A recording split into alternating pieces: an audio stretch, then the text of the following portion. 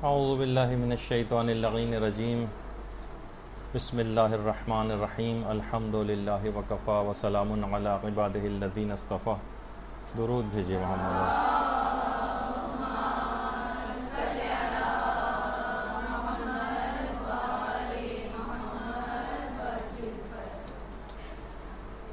بہترین نماز کیسے پڑھیں، اس سلسلے کا درس نمبر 7. پچھلی بار تکبیرۃ الاحرام پر ہماری گفتگو ہوئی تھی،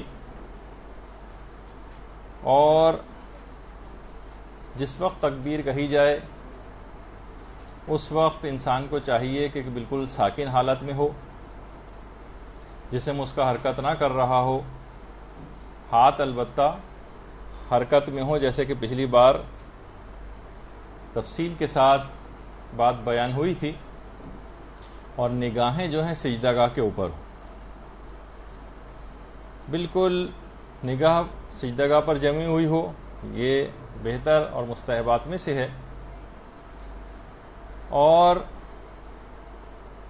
اللہ اکبر کہنے کے بعد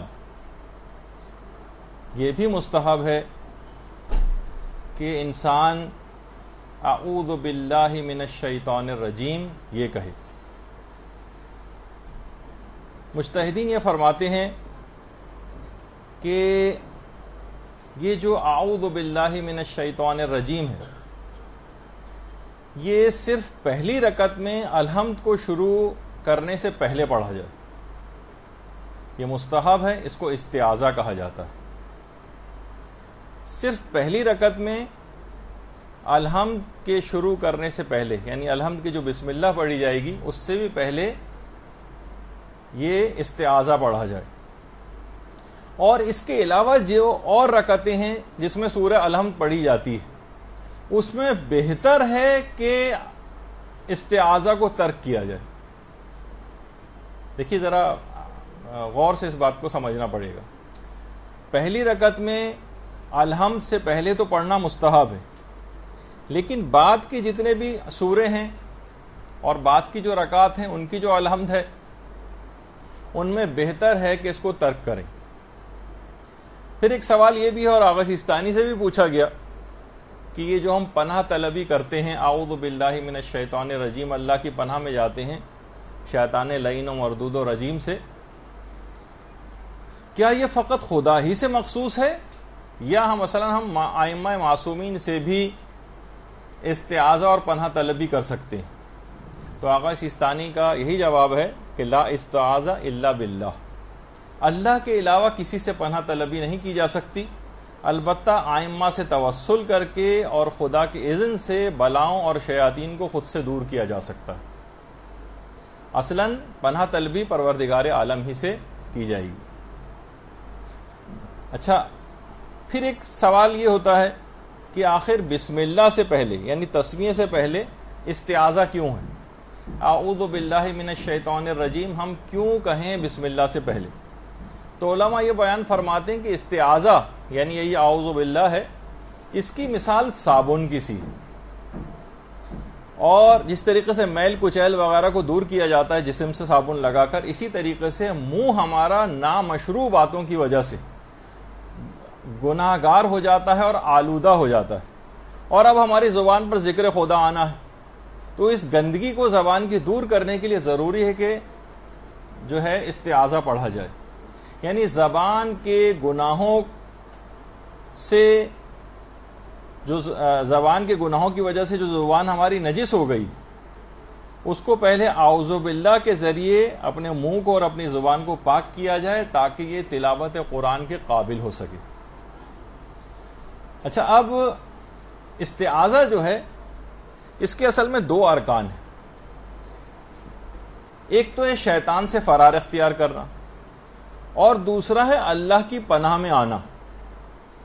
دشمن سے فقط بچنا ضروری نہیں ہوتا، بلکہ رحمان کے قلعے میں داخل ہونا بھی ضروری ہوتا ہے. دشمن سے تو ہم بچ کے آ گئے، لیکن رحمان کے قلعے میں داخل ہی نہیں ہو رہے. تو یہ 2 باتیں اس کا استعاذہ کے اندر خاص طور پر خیال رکھنا ہوتا ہے. اور نماز میں دیکھیے اس کا حکم یوں بھی ہے کہ جو شیطان ملعون ہے یہ سب سے پہلے تو یہ بات چاہتا ہے کہ آپ نماز ہی نہ پڑھیں، کہ ہر صورت میں کوشش کرے گا، اپنی تمام ہمتوں کو بروئے کار لائے گا اور کوشش کرے گا کہ آپ نماز ہی نہ پڑھ سکیں. اور اگر آپ کو توفیق نماز مل گئی تو اب اس کی پوری کوشش یہ ہوتی کہ آپ کی نماز کے ثواب کو ضائع کرے، آپ کو جہالت میں مبتلا کر کے آپ کی نماز کو باطل کروا دے. نماز کے مسئلوں کی طرف سے کتنے لوگوں کی طبیعت گھبراتی، مسائل نماز کہیں بیان ہو رہا ہوں، لوگوں کو فوراً جمائیاں آنے لگتی ہیں، لوگ سوچتے ہیں بہت بوریت ہو رہی ہے اس کے اندر، بہت وقت ضائع ہو رہا. یہ شیطان کی طرف سے ہوتا، وہی چاہتا ہے کہ آپ مسائل نماز کو صحیح طور پر سمجھ نہ پائیں اور نماز میں غلطی کریں اور وہ آپ کی نماز کو باطل کروا دی. اچھا، اگر بالفرض ہم نے مسائل کی کلاسز بھی لی ہوئی ہیں اور نماز بھی بالکل صحیح پڑھ رہے ہیں، اس کا جب یہ والا کارگر نہیں چلتا کام، تو پھر کیا کرتا ہے وہ آپ کے خشوع و خضوع نماز میں کم کرنے کی کوششیں کرتا ہے. ادھر کے خیالات ادھر کے خیالات وہ آپ کے دماغ میں لے کر آتا ہے، یا آپ کی نماز میں ریاکاری، عجب، تکبر وغیرہ جو اخلاقی برائیاں ہیں، وہ ایسی چیزیں آپ سے سرزد کروائے گا جس سے آپ کی نماز قبولیت سے رہ جائے گی. یا تو نماز کو باطل کروا دے گا یا آپ کی نماز کے ثواب کو ختم کروا دے گا. اور جب آپ نے نماز بھی خیریت سے گزار لی، یہ تب بھی پیچھا نہیں چھوڑے گا. پھر یہ کیا کرے گا، ایسے اعمال کو سرزد کروائے گا نماز کے بعد جس سے آپ کی پچھلی پڑھی گئی نماز کا ثواب زائل ہو جائے. تو اس کی پوری کوشش یہ ہوتی، وہ اس کی ہم پوری ایک تفصیل انشاءاللہ اپنے مقام پر جو ہے بیان کریں گے. ایک مکمل نشست اس بات پہ بھی آپ کی ہوگی کہ نماز کو قبول کیسے کروایا جائے، اور اس سلسلے میں جو رکاوٹیں ہوتی ہیں، کون سے ایسے اعمال ہیں جس سے نمازوں کے ثواب ضائع ہو جاتے ہیں. وہ پوری ایک جب ہماری نماز ختم ہو جائے گی تو اس کے بعد ایک لیکچر اس پہ بھی ہوگا. ایک بار بھی اگر آپ نے خلوص سے یہ پڑھ لیا اعوذ باللہ من الشیطان الرجیم، جس کو استعاذہ کہا جاتا ہے، تو پروردگار عالم آپ کے اور شیطان کے درمیان 70 ایسی رکاوٹیں حائل کر دے گا. روایات میں یہ بات آئی ہے، 70 ایسی رکاوٹیں حائل کرے گا کہ ایک رکاوٹ سے دوسری رکاوٹ کے درمیان زمین و آسمان کے برابر مسافت ہے. اتنا دور آپ سے شیطان کو کر دے گا. بلکہ اگر آپ روزانہ اعوذ باللہ من الشیطان الرجیم پڑھتی رہیں، کم سے کم 10 مرتبہ روزانہ، تو پروردگار عالم ایک فرشتے کو موکل کرے گا. اگر آپ یہ کام صبح ہی کو کر لیا کریں، اعوذ باللہ جو ہے 10 مرتبہ روزانہ اگر آپ صبح کے وقت پڑھ لیا کریں، تو پروردگار عالم ایک فرشتے کو موکل کر دے گا جو مسلسل شیطان کو آپ کے پاس سے بھگاتا رہے گا پورے دن. بہت اہم بات ہے. خود یہ ساری چیزیں روایات کے اندر بیان ہوئی. پیغمبر اسلام کی حدیث ہے جو میں نے ابھی آپ کے سامنے پیش کی ہے. درود بھیجیے محمد اللہم صلی علی محمد وعلی محمد. بلکہ ایک دفعہ پیغمبر اسلام نے 2 افراد کو آپس میں لڑتے دیکھ لیے جو ایک دوسرے کو لڑ بھی رہے تھے اور خوب برا بھلا بھی کہہ رہے تھے. پیغمبر اسلام نے فرمایا کہ اگر ان میں سے ایک شخص بھی استعاذہ پڑھ لیتا اعوذ باللہ من الشیطان الرجیم، تو ان پر شیطان یہ حالت طاری نہیں کر سکتا تھا. یعنی کبھی بھی گھر میں بھی کبھی ایسا کوئی لڑائی جھگڑا ہو جائے، یا آپ کی کسی سے بحث و تخمیس اور تڑاخ اور جو ہے وہ اختلاف ایسا ہو جائے کہ جس میں منہ ماری وغیرہ ہونے لگتی ہے اور جھگڑا بڑھنے لگتا ہے، تو ان فریقین میں سے اگر کوئی بھی ایک شخص اس وقت اعوذ باللہ من الشیطان الرجیم پڑھ لے تو شیطان کا وہ لڑائی والا کارگر جو وار ہے وہ نہیں کر سکے گا. تو بہرحال دن کا آغاز اسی اعوذ باللہ سے کریں، اور صبح کے وقت 3 مرتبہ استعاذہ پڑھنے کے بعد روایتوں میں یہ بات آئی ہے کہ اگر سورہ حشر کی 3 آیتیں پڑھ لی جائیں، هو اللہ الذی لا الہ الا ہوا سے جو شروع ہوتی ہے، سورہ حشر کی آخری 3 آیتیں، اتنا وقت نہیں کہ ان کو پڑھا جائے، آپ یہ لکھ لیں کہ 3 مرتبہ اعوذ باللہ من الشیطان الرجیم پڑھنے کے بعد اگر سورہ حشر کی آخری 3 آیتیں پڑھ لی جائیں تو 70,000 فرشتے پروردگار اسی وقت موکل کرتا ہے جو صبح سے شام تک اس پر مسلسل درود پڑھتے ہیں، اور اگر وہ اس پورے دن اور رات کے درمیان مر گیا تو اس کو ثواب شہید بھی دیا جاتا ہے. اللہم صلی علی محمد وعلی محمد.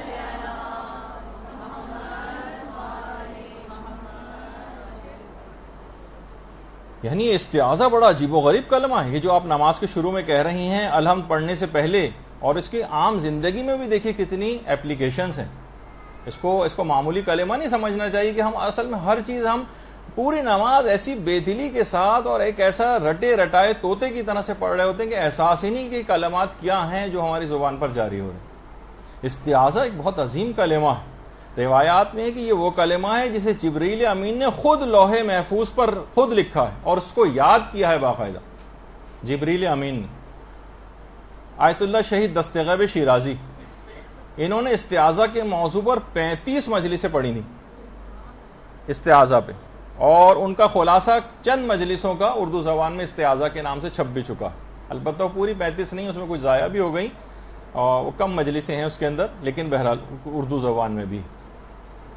دیکھیے مسئلہ یہ ہے کہ یہ جو شیطان ہے یہ بارگاہ خداوندی کا دھتکارا ہوا کتا ہے.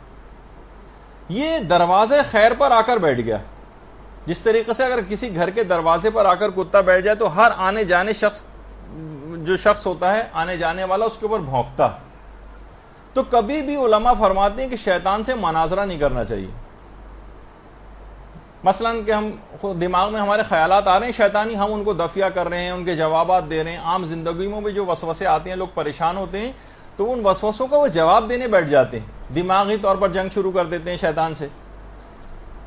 طریقہ کار یہ ہے کہ شیطان سے مناظرہ نہیں کیا جاتا بلکہ استعاذہ کے ڈنڈے سے سی خبر لی جاتی. اس سے بحث اور مناظرہ کرنا منع ہے. یہی وجہ ہے کہ بہت سارے احمقوں کی کتابوں کا علماء جواب نہیں دیتے، مناظرہ نہیں کرتے ان سے. کتنے ایسے افراد ہیں جو چیلنج کرتے رہتے ہیں کہ کسی بھی مجتہد کو میرے سامنے لے آؤ، یہ میری کتاب کا فلاں اگر کوئی عالم یا مجتہد جواب دے دے، اور جب اس کو اگنور کرتے ہیں تو اور زیادہ شور مچاتا ہے کہ دیکھا کسی کے پاس جواب نہیں. اصل میں جس طریقے سے شیطان سے مناظرہ نہیں کیا جاتا نا، اسی طرح ان لوگوں کا بھی جواب نہیں دیا جاتا، ان کو دھتکارا جاتا ہے، اگنور کیا جاتا ہے. ورنہ ان کے جوابات دینے سے اور مشہور ہوتے ہیں. یہ اصل میں کمپنی کی مشہوری اپنا منجن بیچنے کے لیے اس قسم کی حرکتیں کرتے ہیں. تو بہرحال اتنے لوور لیول پر علماء اور مراجع کا آ کر جوابات دینے ان کی شان کے بھی خلاف. تو پروردگار عالم کی سنت پہ عمل کرتے ہیں. اصل میں یہ طریقہ پروردگار عالم کا ہے کہ اس نے بھی شیطان سے مناظرہ نہیں کیا تھا. شیطان نے کہا تھا نا کہ آدم کو مٹی سے پیدا کیا گیا اور مجھے آگ سے پیدا کیا گیا، اور آگ جو ہے مٹی سے افضل ہوتی ہے، لہٰذا میں اس کو سجدہ نہیں کروں گا. تو پروردگار چاہتا تو اس وقت کتنے ہی مناظرہ کر کے اور دلائل کے انبار لگا سکتا تھا کہ مٹی کتنے معنوں میں آگ سے افضل ہے، جس میں سے ایک یہی ہے کہ آگ کے اوپر اگر مٹی ڈال دی جائے تو آگ بجھ بھی جاتی. لیکن کیا کہا پروردگار عالم نے؟ صرف ایک جملہ کہا، قال فخرج منها فإنك رجیم، نکل جا ہماری بارگاہ سے، تو مردود ہے. بس صرف یہ کہا، کوئی بھی مناظرے بازی اس کے ساتھ نہیں کی. صرف اس کو دھتکار دیں آپ بھی اعوذ باللہ من الشیطان الرجیم کہہ کے، بس. پھر آپ نہ اس کے کوئی وسوسوں کا جواب دیں نہ کسی اور چیز کا. اور دیکھیے ہر نماز کے میں جو پہلی الحمد جو پڑھی جاتی اور ہر دفعہ جو خاص طور پر تلاوت قرآن کی جاتی اس میں بہت تاکید ہے کہ جس وقت بھی آپ تلاوت قرآن شروع کریں، اور نماز میں بھی تلاوت قرآن ہی شروع ہونے والی ہوتی کیونکہ اس کے بعد آپ کو الحمد پڑھنا، تو بہت اس وجہ سے تاکید آئی ہے کہ اعوذ باللہ من الشیطان الرجیم پڑھ کر اور اپنی نماز کو جو ہے وہ شروع کیا جائے. دیکھیے ایک آپ نے آیت سنی ہوگی کہ لا یمسہ الا المطہرون، کہ اس قرآن کو کوئی چھو نہیں سکتا جب تک کہ وہ طاہر اور پاک و پاکیزہ نہ ہو. اس کے بہت سارے ائمہ معصومین پہ بھی اطلاق ہوتا ہے کچھ تفاسیر کے اندر، لیکن علماء فرماتے ہیں کئی معنی اور مفاہیم میں ایک مفہوم یہ بھی ہے کہ دیکھیے اس قرآن کا درست طور پر سمجھنا اور اس کے مفاہیم کو درک کرنا، یہ تمام معارف وہی حاصل کر سکتا ہے زیادہ اچھے طور پر جو اخلاقی برائیوں سے پاک اور منزہ ہو، کیونکہ یہ تمام اخلاقی برائیاں اور یہ گناہ جو ہیں حقائق اور معارف کے اوپر پردہ ڈال دیتے ہیں. تو جب بھی آپ کو حکم ہے کہ پہلے آپ اعوذ باللہ من الشیطان الرجیم کہہ کے اپنے آپ کو پاک و پاکیزہ کریں اور اس کے بعد پھر قرآن پڑھنا شروع کریں. قرآن کو اس کے یہ معنی نہیں کہ اس کو کوئی چھو نہیں سکتا. تو مثلا ہم کہیں کہ بہت سے علماء نے اس سے یہ بھی استدلال کے طور پر پیش کیا کہ کسی کافر کو نہیں دیا جا سکتا قرآن، لیکن وہ اب ہم اس فقہی مسئلے کے اندر نہیں جا رہے. وہ اس کی توہین اگر ہوتی ہو تو نہیں دیا جا سکتا موجودہ مجتہدین کا جو نظریہ ہے. لیکن بہرحال ایک اس کے بہت سارے مفاہیم میں ایک یہ بھی ہے کہ ہم اپنے گناہوں کے باعث بہت سارے معارف سے رہ جاتے ہیں قرآن کے جو ہم درک نہیں کر پاتے. تو پہلے اعوذ باللہ پڑھ لیا جائے تاکہ پھر مفاہیم قرآن کو درک کرنے میں آسانی ہو جائے اور پاک و پاکیزگی ہمیں نصیب ہو جائے. اچھا، اسی طرح سے خود قرآن کی آیت بھی ہے کہ آپ نے ابھی سنا نا کہ جس وقت نماز میں بھی جب تلاوت قرآن کر رہے ہوتے ہیں، الحمد پڑھ رہے ہوتے ہیں، تو اس کا آغاز الحمد سے پہلے اس وجہ سے بھی ہے کہ جو اب آپ آیات تلاوت کریں گے ان سے بھرپور آپ استفادہ کر سکیں، وہ آپ کی روح کے اندر اتر جائیں اور سارے ثواب اور فضائل آپ کو دلوا دیں. اور یہی وجہ ہے کہ سورہ نحل کی آیت نمبر 98 میں کہ فَإِذَا قَرَأْتِ الْقُرْآنَ فَاسْتَعِذْ بِاللَّهِ مِنَ الشَّيْطَانِ الرَّجِيمِ، کہ جب تم قرآن کی تلاوت شروع کرو تو شیطان مردود سے خدا کی پناہ طلب کرو. یہی وجہ ہے کہ الحمد سے پہلے، ابھی تلاوت قرآن شروع ہونے والی، تو اب آپ کو الحمد سے پہلے اعوذ باللہ من الشیطان الرجیم پڑھنا. اور یہی وجہ ہے کہ سفینۃ البحار میں باقاعدہ ہمارے چھٹے امام جعفر صادق علیہ الصلوۃ والسلام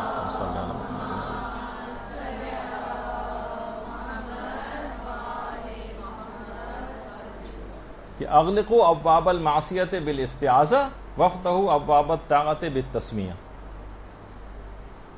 یعنی گناہوں کے ابواب کو، ان کے دروازوں کو بند کر دو استعاذہ کہہ کر، اعوذ باللہ پڑھ کر، اور اطاعت کے دروازوں کو کھولو تسمیہ کہہ کر، یعنی بسم اللہ پڑھ کر.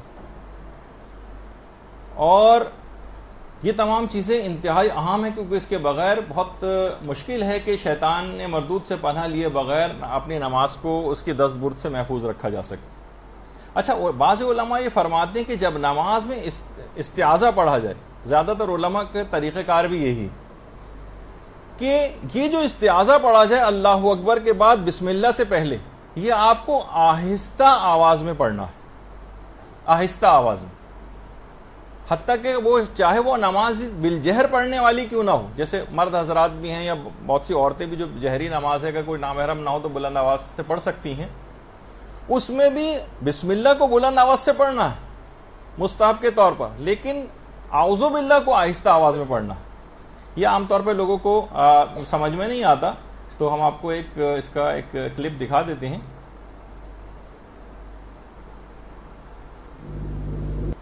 اللہ اکبر، بسم اللہ الرحمن دیکھا آپ نے، انہوں نے خاموشی کے ساتھ اعوذ باللہ. دوبارہ دیکھیں، بسم اللہ الرحمن الرحیم. اچھا دوسرے میں بھی دیکھیے گا، اللہ اکبر،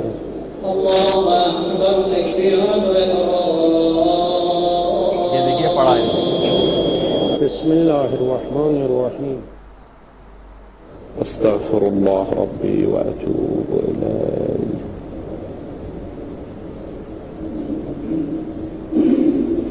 اللہ اکبر، اعوذ باللہ من الشیطان الرجیم، بسم اللہ الرحمن الرحیم. دوبارہ سنیے، اعوذ باللہ من الشیطان الرجیم، بسم اللہ الرحمن الرحیم.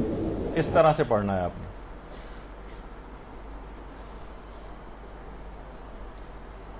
تو وجہ اس کی یہی بتائی گئی کہ آہستہ سے کیوں پڑھا جاتا ہے اس کو. علماء نے کہا کہ اصل میں پناہ طلبی اس شخص کی مانند ہوتی ہے پناہ کہ جو کہ موقع سے فرار اختیار کر رہا ہو اور خود کو پوشیدہ رکھنا چاہتا ہو. اور اس کے اندر اشارہ یہ ہے کہ اے پناہ طلب، یہ جو کہ آہستہ سے اعوذ باللہ پڑھ رہا ہے، شیطان تیری گھات میں ہے. حتیٰ الامکان اس طریقے سے انسان دشمن سے بچ کر اور بہت آہستگی سے کسی سے آ کر پناہ طلبی کرتا ہے، اس طرح سے آ کر پروردگار کی جو رحمت کا دروازہ ہے اس کو آ کر کھٹکھٹاؤ تاکہ وہ تمہیں اپنے قلعہ امان کے اندر لے لے. اس وجہ سے بہت خاموشی کے ساتھ اس کو کہا جاتا ہے. اچھا، علماء اخلاق نے ایک بات اور کہی.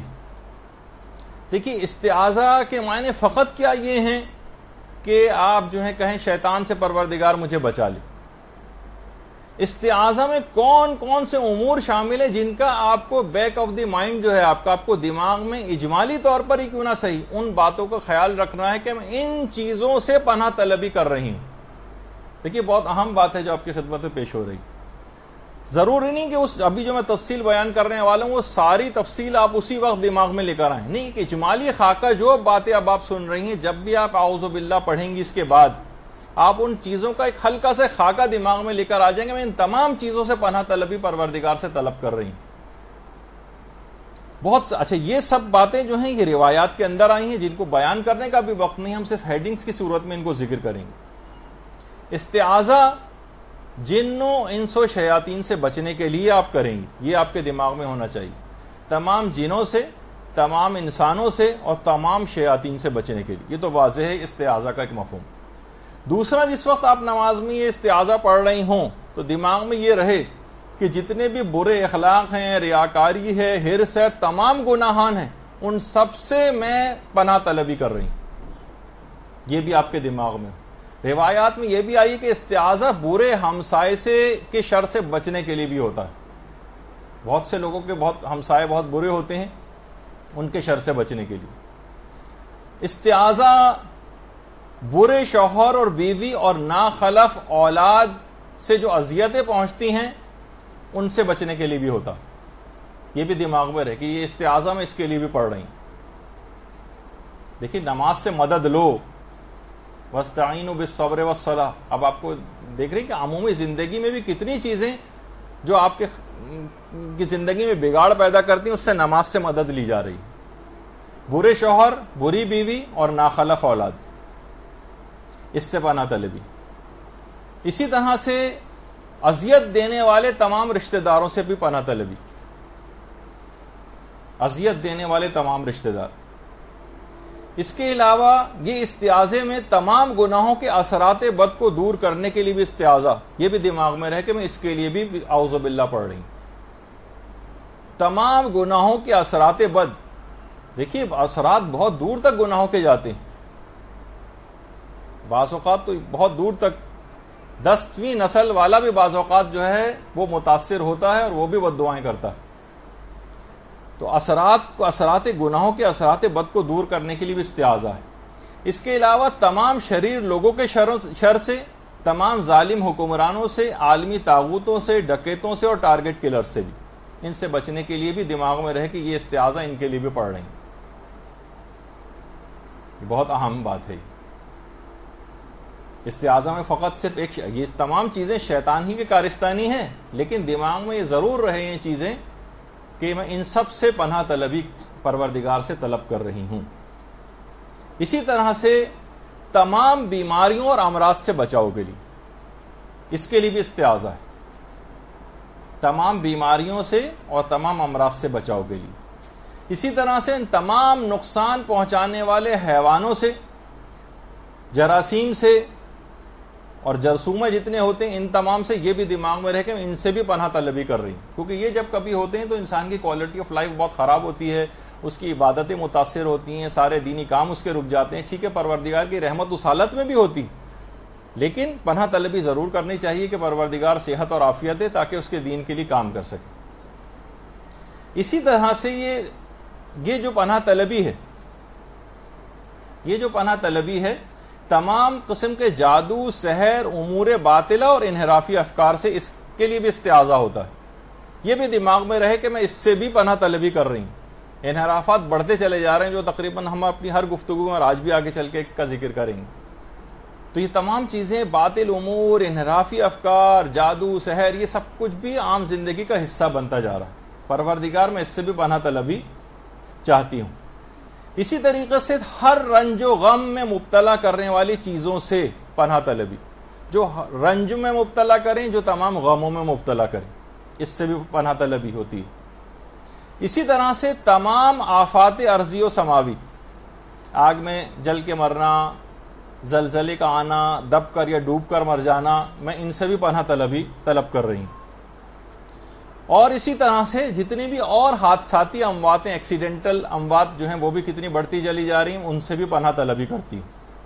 اور استعاذہ اس کام کے لیے بھی ہوتا ہے کہ مجھے فرحت بندگی ملے اور میں حق عبودیت کی ادائیگی صحیح طور پر کر سکوں.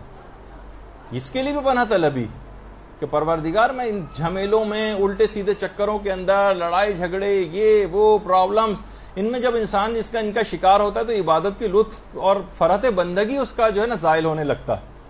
وہ صحیح طریقے سے پروردگار کی عبادت کر سکے. قید خانوں میں ائمہ معصومین کیوں زیادہ عبادت کرتے تھے، شکر ادا کرتے تھے، پروردگار تو نے اتنا موقع دیا کہ تمام دنیا کے جھمیلوں سے دور ہو کر عبادت کا موقع مل رہا. تو فرحت بندگی اور حق عبودیت جو ہے یہ ادا ہو. اور یہ تمام چیزیں جو ابھی آپ کے سامنے پیش کی گئیں ان کا دماغ میں رکھتے ہوئے بیک آف دی مائنڈ میں سب چیزیں ہوں اور پھر کہیں اعوذ باللہ من الشیطان الرجیم، تو انشاءاللہ پھر آپ دیکھیں گے کہ ان تمام چیزوں سے حفاظت بھی ہو جائے گی. اور استعاذہ کی اثر پذیری اس وقت اور بڑھ جاتی کہ اگر دماغ میں یہ والی بات بھی ہو کہ یہ استعاذہ فقط میں انفرادی طور پر صرف اپنے لیے نہیں پڑھ رہی، بلکہ اپنے لیے، اپنے خاندان والوں کے لیے، اپنے تمام رشتہ داروں کے لیے، عزیزوں کے لیے، دوستوں کے لیے اور تمام دنیا کے مومنین و مومنات کی طرف سے پڑھ رہی. اور خاص طور پر جو آج کل کتنا زیادہ مومنین بہت سے علاقوں میں بہت زیادہ پریشان ہیں اور عالمی طاغوت جو ہے وہ مسلسل نشانہ بنا رہا ہے مومنین کو، خاص طور پر جو شام کا علاقہ ہے. اب تو مسلسل وہاں پہ ماشاءاللہ فتح یابیاں جو ہے وہ نصیب ہو رہی ہیں، لیکن لبنان ہے، عراق ہے، ایران ہے، خود پاکستان بھی اب ان مظالم میں کم نہیں رہا ہے. تو اسی طریقے سے جو اور مغربی ممالک میں رہنے والے افراد ہیں، پوری دنیا کے مومنوں مومنات ہیں، ان سب کی طرف سے یہ استعاذہ اور پناہ طلبی جو ہے یہ آپ کے دماغ کے اندر رہنی چاہیے. جتنا یہ دماغ میں اور لوگوں کے لیے ہوگا اتنا اس استعاذے کا ثواب بھی بڑھتا چلا جائے گا. تو مختصراً یہ کہ استعاذے کی نیت میں ان تمام چیزوں کو سے آپ پروردگار عالم کی پناہ طلب کریں جو آپ کو کمال کی طرف جانے سے روکتی ہیں اور آپ کی کوالٹی آف لائف کو خراب کرتی ہیں، جو آپ کے ایمان اور اعتقاد کو کمزور بناتی ہیں. ہر اس چیز سے پناہ طلبی کریں مختصراً یہ. تو پھر آپ دیکھیں گے کہ بہت زیادہ فرق پڑ جائے گا. اور یہ بات یاد رکھ لیجئے کہ پناہ طلبی اور اعوذ باللہ پڑھنے کے لیے یہ صرف کوئی زبانی جملہ نہیں، بلکہ سیریس اقدامات بھی کرنا پڑتے ہیں. ایسا نہیں کہ کوئی شخص شیر کے منہ میں ہاتھ بھی ڈال رہا ہو اور لوگوں سے چیخ چیخ کر کہہ رہا ہو کہ مجھے بچاؤ، خود ہی شیر کے منہ میں ہاتھ ڈالا ہے اور چیخ بھی رہا ہے. مثلا علماء فرماتے ہیں کہ استعاذے کی جو حقیقت ہے وہ گناہوں سے فرار ہے. گناہوں سے فرار. اعوذ بطاعت اللہ من طاعت الشیطان، یعنی شیطان کی اطاعت سے پروردگار کی اطاعت کی طرف پناہ طلبی کی جائے. تو بہرحال پوری کوشش ہونی چاہیے گناہوں سے اپنے آپ کو بچانے کی. صرف یہ زبانی طور پہ نہ بس اعوذ باللہ من الشیطان الرجیم کا ادھر نماز ختم کی اور گناہوں میں پھر مصروف ہو گئے، یہ استعاذہ کی حقیقت کے خلاف ہو جائے گا. دیکھیے اتنی آسانی کے ساتھ شیطان رخصت ہونے والا بھی نہیں. بھوکا اگر کتا اور سامنے مرغن غذا کا ٹفن کھول کے آپ بیٹھی ہوئی ہیں اس کے سامنے، آپ کا کیا خیال ہے؟ آپ کے ہلکے سے ہوش کرنے سے بھاگ جائے گا؟ نہیں بھاگے گا. 10 ڈنڈے کھانے کے بعد بھی خاموشی سے تاک میں لگا رہے گا کہ ادھر آپ کی آنکھ بچے اور ادھر آپ کی پلیٹ سے بوٹی لے اڑے. یہ پوری شیطان، یعنی یہی طریقہ کار شیطان کا جو کتے کا ہوتا. تو ذرا سا بھی اگر آپ غافل ہوئیں، استعاذہ کے اندر غفلت کا جو ہے نا وہ مہلک ثابت ہوتی. اور استعاذہ ہمیشہ قولی کے ساتھ فعلی بھی ہونا چاہیے. یہ تو قولی تو ہو گیا، آپ نے اعوذ باللہ من الشیطان الرجیم پڑھ لیا. فعلی استعاذہ بھی ہونا چاہیے. کس طریقے سے؟ جس طریقے سے حضرت یوسف نے فعلی استعاذہ کیا تھا. خالی زبان کی حد تک نہیں کہا تھا، بس جب اس نے دروازے بند کر دیے تھے، غلقت الابواب جسے قرآن نے کہا، تو انہوں نے پروردگار کی پناہ مانگی. قال معاذ اللہ، پروردگار سے پناہ طلبی کی. یعنی پھر اس کے بعد عملی، یہ تو زبان سے استعاذہ ہوا، عملی استعاذہ کیا ہوا؟ بھاگے وہاں سے. بھاگے تو پروردگار کی مدد آئی اور اس کے بعد دروازے کھلتے چلے گئے. حضرت یوسف کا یہ قدم جو ہے یہ استعاذہ فعلی تھا، صرف قول کی حد تک محدود نہیں رہے، گناہ سے بچ کر بھاگے بھی. تو یہ تمام چیزیں ایسی ہیں کہ جو خاص طور پر جن کا بہت زیادہ خیال رکھنا چاہیے.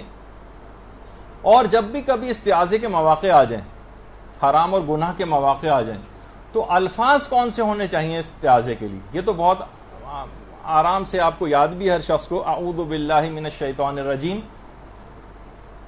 کچھ اور الفاظ استعاذہ بھی پڑھے جا سکتے ہیں، مثلا اعوذ باللہ السمیع العلیم من الشیطان الرجیم، یہ بھی مشہور ہے. اسی طریقے سے اعوذ باللہ من الشیطان الرجیم ان اللہ هو السمیع العلیم، یہ بھی پڑھا جا سکتا ہے. اسی طرح سے نستعیذ باللہ من الشیطان الرجیم، یہ بھی پڑھا جا سکتا ہے. یعنی کوئی سا بھی استعاذہ آپ کو زبانی طور پر جو بھی یاد ہو، اور اعوذ باللہ من الشیطان الرجیم تو بہت ہی آسان ہے، تو وہ آپ کو سب کو یاد بھی ہے.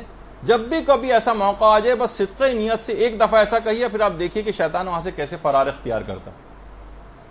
الفاظ کوئی بھی ہوں، البتہ یہ ضرور ہے کیونکہ آپ نماز پڑھ رہی ہیں، اس میں قرات کی بڑی اہمیت ہوتی، تو آپ کو صحیح عربی میں اعوذ باللہ پڑھنا چاہیے. جس طرح ہم عام طور پہ پڑھتے ہیں نا، اردو میں جو پڑھتے ہیں اعوذ باللہ من الشیطان الرجیم، یہ نہیں ہو. اس میں نہ الف کا پتہ چلا، نہ عین کا پتہ چلا، نہ اس کے اندر جو زال آ رہا ہے اس کا پتہ چلا، نہ توئے کا پتہ چلا جو شیطان میں آ رہا ہے. رجیم میں یہ آتا ہے پورا، اس کو یہ نہیں پڑھا جاتا. تو اب ہم آپ کو اس کو آپ غور سے سنیے گا کہ کس طریقے سے اس کو پڑھنا چاہیے. أعوذ بالله من الشيطان الرجيم. أعوذ بالله من الشيطان الرجيم. أعوذ بالله من الشيطان الرجيم. أعوذ بالله من الشيطان الرجيم. أعوذ بالله من الشيطان الرجيم. اچھا، اس کے اندر آپ اس کو خاص طور پر الف، عین، پھر اس کے بعد توئے، ان سب کو اور زال، اس سب کو آپ نا مد نظر رکھیں کہ کیسے آواز نکالی جا رہی ہے، ورنہ اگر قرات صحیح نہیں ہے تو اس کا ثواب نہیں ملے گا. پھر اعوذ باللہ من الشیطان الرجیم. أعوذ بالله من الشيطان الرجيم. اچھا، رجیم عام تو اعوذ باللہ من الشیطان الرجیم یعنی ایک زیر لگا دیتے ہیں اور یہ بالکل غائب کر دیتے ہیں، یہ نہیں ہونا چاہیے. أعوذ بالله من الشيطان الرجيم. أعوذ بالله من الشيطان الرجيم. أعوذ بالله من الشيطان الرجيم. أعوذ بالله من الشيطان الرجيم. أعوذ بالله من الشيطان الرجيم. تو اس کو آپ کو خود بھی گھر پہ جا کے بھی پریکٹس کرنا ہے. اور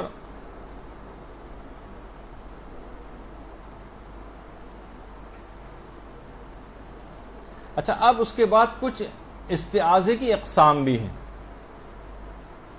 ایک تو استعاذے کی یہی اقسام ہے، ایک قسم ہے جس کو استعاذہ قولی کہا جاتا ہے. اعوذ باللہ من الشیطان الرجیم جیسے ابھی آپ نے سنا، بہت سارے آپ نے اور چیزیں بھی سنی، یا مثلا کچھ اور جیسے اعوذ باللہ القوی من الشیطان الغوی، یہ بھی بہت بہترین الفاظ میں ایک استعاذہ ہے. علماء نے اس کی بھی تاکید کی ہے کہ اس کو بھی پڑھ سکتے ہیں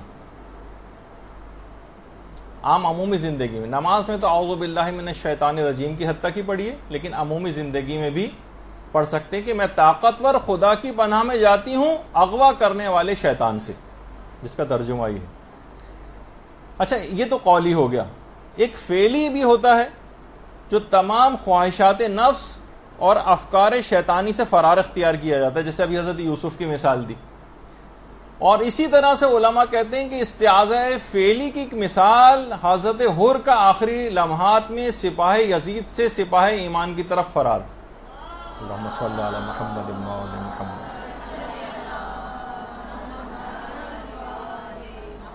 یہ استعاذہ فعلی تھا، یعنی واقعتاً اس کے اندر کام کر کے دکھانا ہوتا ہے، صرف زبان کی حد تک نہیں رہنا ہوتا جب تک کہ پوری کوشش نہ کی جائے. یہ استعاذہ فعلی. اسی طریقے سے دیکھیے استعاذہ چاہنے والوں کی بھی کچھ اقسام، تاکہ اسی سے فائدہ اٹھا کر ہم کیونکہ بہترین نماز کیسے پڑھیں تاکہ پتہ تو چلے کہ صرف لفظ کی حد تک نہ رہ جائیں. جو استعاذہ خدا سے پناہ طلبی کر رہے ہوتے ہیں ان کی کئی اقسام. ایک تو ہمارے جیسا عام افراد ہیں جن کی راہ میں شیطان بیٹھا ہوا ہے اور یہ مسلسل اپنے جو گناہ ہیں ان سے اور جو وسوسے ہیں ان سے پناہ طلبی کرتے ہیں پروردگار کی بارگاہ میں. تمام گناہوں سے اور وسوسوں سے ہر وقت شیطان ان کو بہکاتا رہتا ہے, یہ بہکتے رہتے ہیں. یہ عام لوگوں کا استعاذہ جو ہمارے جیسے لوگ ہیں, ان کے پاس نہ کوئی ہتھیار ہوتا ہے ان سے مقابلے کا, نہ کچھ ہوتا ہے, صرف الفاظ ہوتے ہیں اور تھوڑی سی کوشش ہوتی ہے, باقی شیطان ان کو آرام سے بہکا سکتا ہے. ان کو بہت زیادہ ضرورت ہوتی ہے کہ مسلسل اللہ کی پناہ طلب کرتے رہیں. یہ عام لوگوں کا استعاذہ ہے. اچھا, کچھ علماء, خواص اور اولیاء خدا کا استعاذہ ہوتا ہے جن کے یہ وہ افراد ہوتے ہیں, علماء, صالحین, خواص, کہ جن کے پاس شیطان سے مقابلے کے ہتھیار موجود ہوتے ہیں. یہ پوری زندگی کی تقوی اور پرہیزگاری اور مشقتیں اور ریاضتیں کر کے اپنے پاس ایسے ہتھیار رکھ لیتے ہیں کہ شیطان ان کے اوپر اثر انداز نہیں ہو سکتا اور اس کے لیے بہت مشکلات ہوتی ہیں. تو ان کے پاس ہتھیار ہوتے ہیں. ان کا استعاذہ تھوڑا سا الگ نوعیت کا ہوتا ہے اور یہ خود بھی ان ہتھیاروں سے شیطان کا مقابلہ کر کے اس سے خلاصی کر لیتے ہیں. اچھا, ایک دماغ میں سوال ابھرتا ہے کہ معصومین علیہ السلام کے استعاذے کے کیا معنی؟ ان کے اوپر تو دیکھیے شیطان کو ان کے اوپر کوئی قدرت حاصل نہیں, تو پھر ان کا استعاذہ کیوں؟ یہ کس بات سے پناہ طلب کرتے ہیں؟ کہ دیکھیے شیطان تو ان افراد کے متعلق پہلے سے کہہ چکا ہے, قال فبعزتک لأغوینہم اجمعین الا عبادک منہم المخلصین, کہ تیری عزت و جلال کی قسم میں ہر شخص کو گمراہ کروں گا سوائے تیرے ان مخلص بندوں کے. اس کا مطلب ہے کہ وہ تو پہلے سے ہی اعتراف شکست کر چکا ہے, تو پھر یہ افراد کیوں آخر پناہ طلبی پروردگار سے طلب کرتے ہیں شیطان کے مقابلے میں؟ اس سے کیا ان کی مراد ہوتی؟ دیکھیں علماء بھائی یہ بیان فرماتے ہیں کہ یہ معصومین علیہ السلام جو ہیں, یہ ان کا استعاذہ یہ خدا کی راہ میں جلوہ حق کے مقابلے میں کسی بھی رکاوٹ کو برداشت نہیں کرتے. یہ ہر رکاوٹ کے مقابلے میں پناہ طلبی کرتے ہیں, ہر رکاوٹ کے مقابلے میں. ان کو دیکھیے شیطان سے کوئی خطرہ نہیں ہے, نہ ان کو اپنے نفس سے کوئی خطرہ ہے, بلکہ یہ جلوہ حق کے مقابلے میں رکاوٹوں کو برداشت نہیں کرتے. دنیاوی جتنے بھی امور ہیں نا, یہ ان کی جیسے مومنین کے دکھ ہیں, ان کی پریشانیاں ہیں, ظالموں کے مکر و فریب اور ہیلے ہیں, اور دنیاوی مصروفیات ہیں, ان میں سے یہ ہر چیز کو جلوہ حق میں معنی سمجھتے ہیں, اور کہ ان سے بھی اگر میرا وقت بچتا, ہمارا وقت بچتا, تو یہ بھی ہم عبادت پروردگار میں لگا دیتے. تو اس وجہ سے ان باتوں سے یہ پناہ طلبی جو ہے وہ پروردگار کی بارگاہ میں طلب کرتی ہیں. اور اس کے مقابلے میں جو اہل تقوی ہیں, ان کا جو استعاذہ ہے وہ ڈر کر ہر وقت ان کو ڈر ہی لگا رہتا ہے کہ یہ دولت ایمان و تقوی جو انہوں نے بہت مشکل سے حاصل کی ہے, ہر وقت اس کو خطرہ دامن گیر رہتا ہے. ایک لحظے کی غفلت ہوئی اور شیطان نے آ کر اپنا کام کر دیا اور ان کے دل پر قبضہ جما لیا, تو یہ ساری کی کرائی محنت جو ہے ان کی ضائع ہو جاتی ہے. تو اس وجہ سے یہ بہت زیادہ پریشان ہوتے ہیں اور ہر وقت پروردگار سے اپنے اس ایمان اور تقوی جو ریاضتوں سے حاصل کیا ہے اس کو جو ہے اس سے پناہ طلبی کرتے ہیں. ہر وقت ان کو پناہ طلبی کی ان علماء کو اور ان جو اہل تقوی ہیں ان کو حاجت رہتی. اچھا, اسی طریقے سے آپ دیکھیے, اور تھوڑی سی ایک بات اور اس میں بیان کر دی جائے اور اس کے بعد ہم اگلی اس کے اوپر آ جائیں گے, کہ صرف نماز ہی نہیں بلکہ عام مواقع پر بھی اس کی بہت ضرورت ہوتی ہے. مثلا لباس کو پہنتے وقت بھی جو ہے استعاذے کی بڑی اہمیت ہے. اس کی اگر آپ لباس کو تبدیل کرتے وقت کی جو دعائیں اس کے اندر آپ دیکھ لیں, اس کے اندر بھی شیطان سے جو ہے پروردگار کی طرف پناہ طلبی کی گئی. کھانے پینے کی جو دعائیں ہیں اس کے اندر بھی پناہ طلبی کی گئی. حتیٰ کہ بیت الخلاء جانے کی جو دعائیں ہیں اس کے اندر بھی اگر آپ دیکھیں اس کے اندر بھی شیطان سے پناہ طلبی. حتیٰ کہ ان جگہوں کو تو چھوڑیے, مسجد میں داخلے کے وقت بھی اعوذ باللہ من الشیطان الرجیم پڑھنے کی تاکید آئی. یہ شیطان کمبخت یہ وہاں پر بھی پیچھا نہیں چھوڑتا ہے. اور جب بھی یہ جو آداب ہے مسجد کے, اس کے اندر کے داخلے سے پہلے استعاذہ پڑھا جائے. ایک عارف متقی نے کہا کہ میں نے خود دیکھا کہ مسجد کے باہر شیطان کھڑا ہوا ہے. میں اس کے پاس گیا اور اس سے کہا, ملعون تو یہاں کیا کر رہا ہے؟ اس نے کہا کہ ابھی میں ایک شخص کے ساتھ اندر داخل ہونا چاہتا تھا, لیکن کیا کروں کہ وہ استعاذہ اور اعوذ باللہ من الشیطان الرجیم پڑھ کر مسجد میں داخل ہو گیا, اب میں اندر نہیں جا سکتا.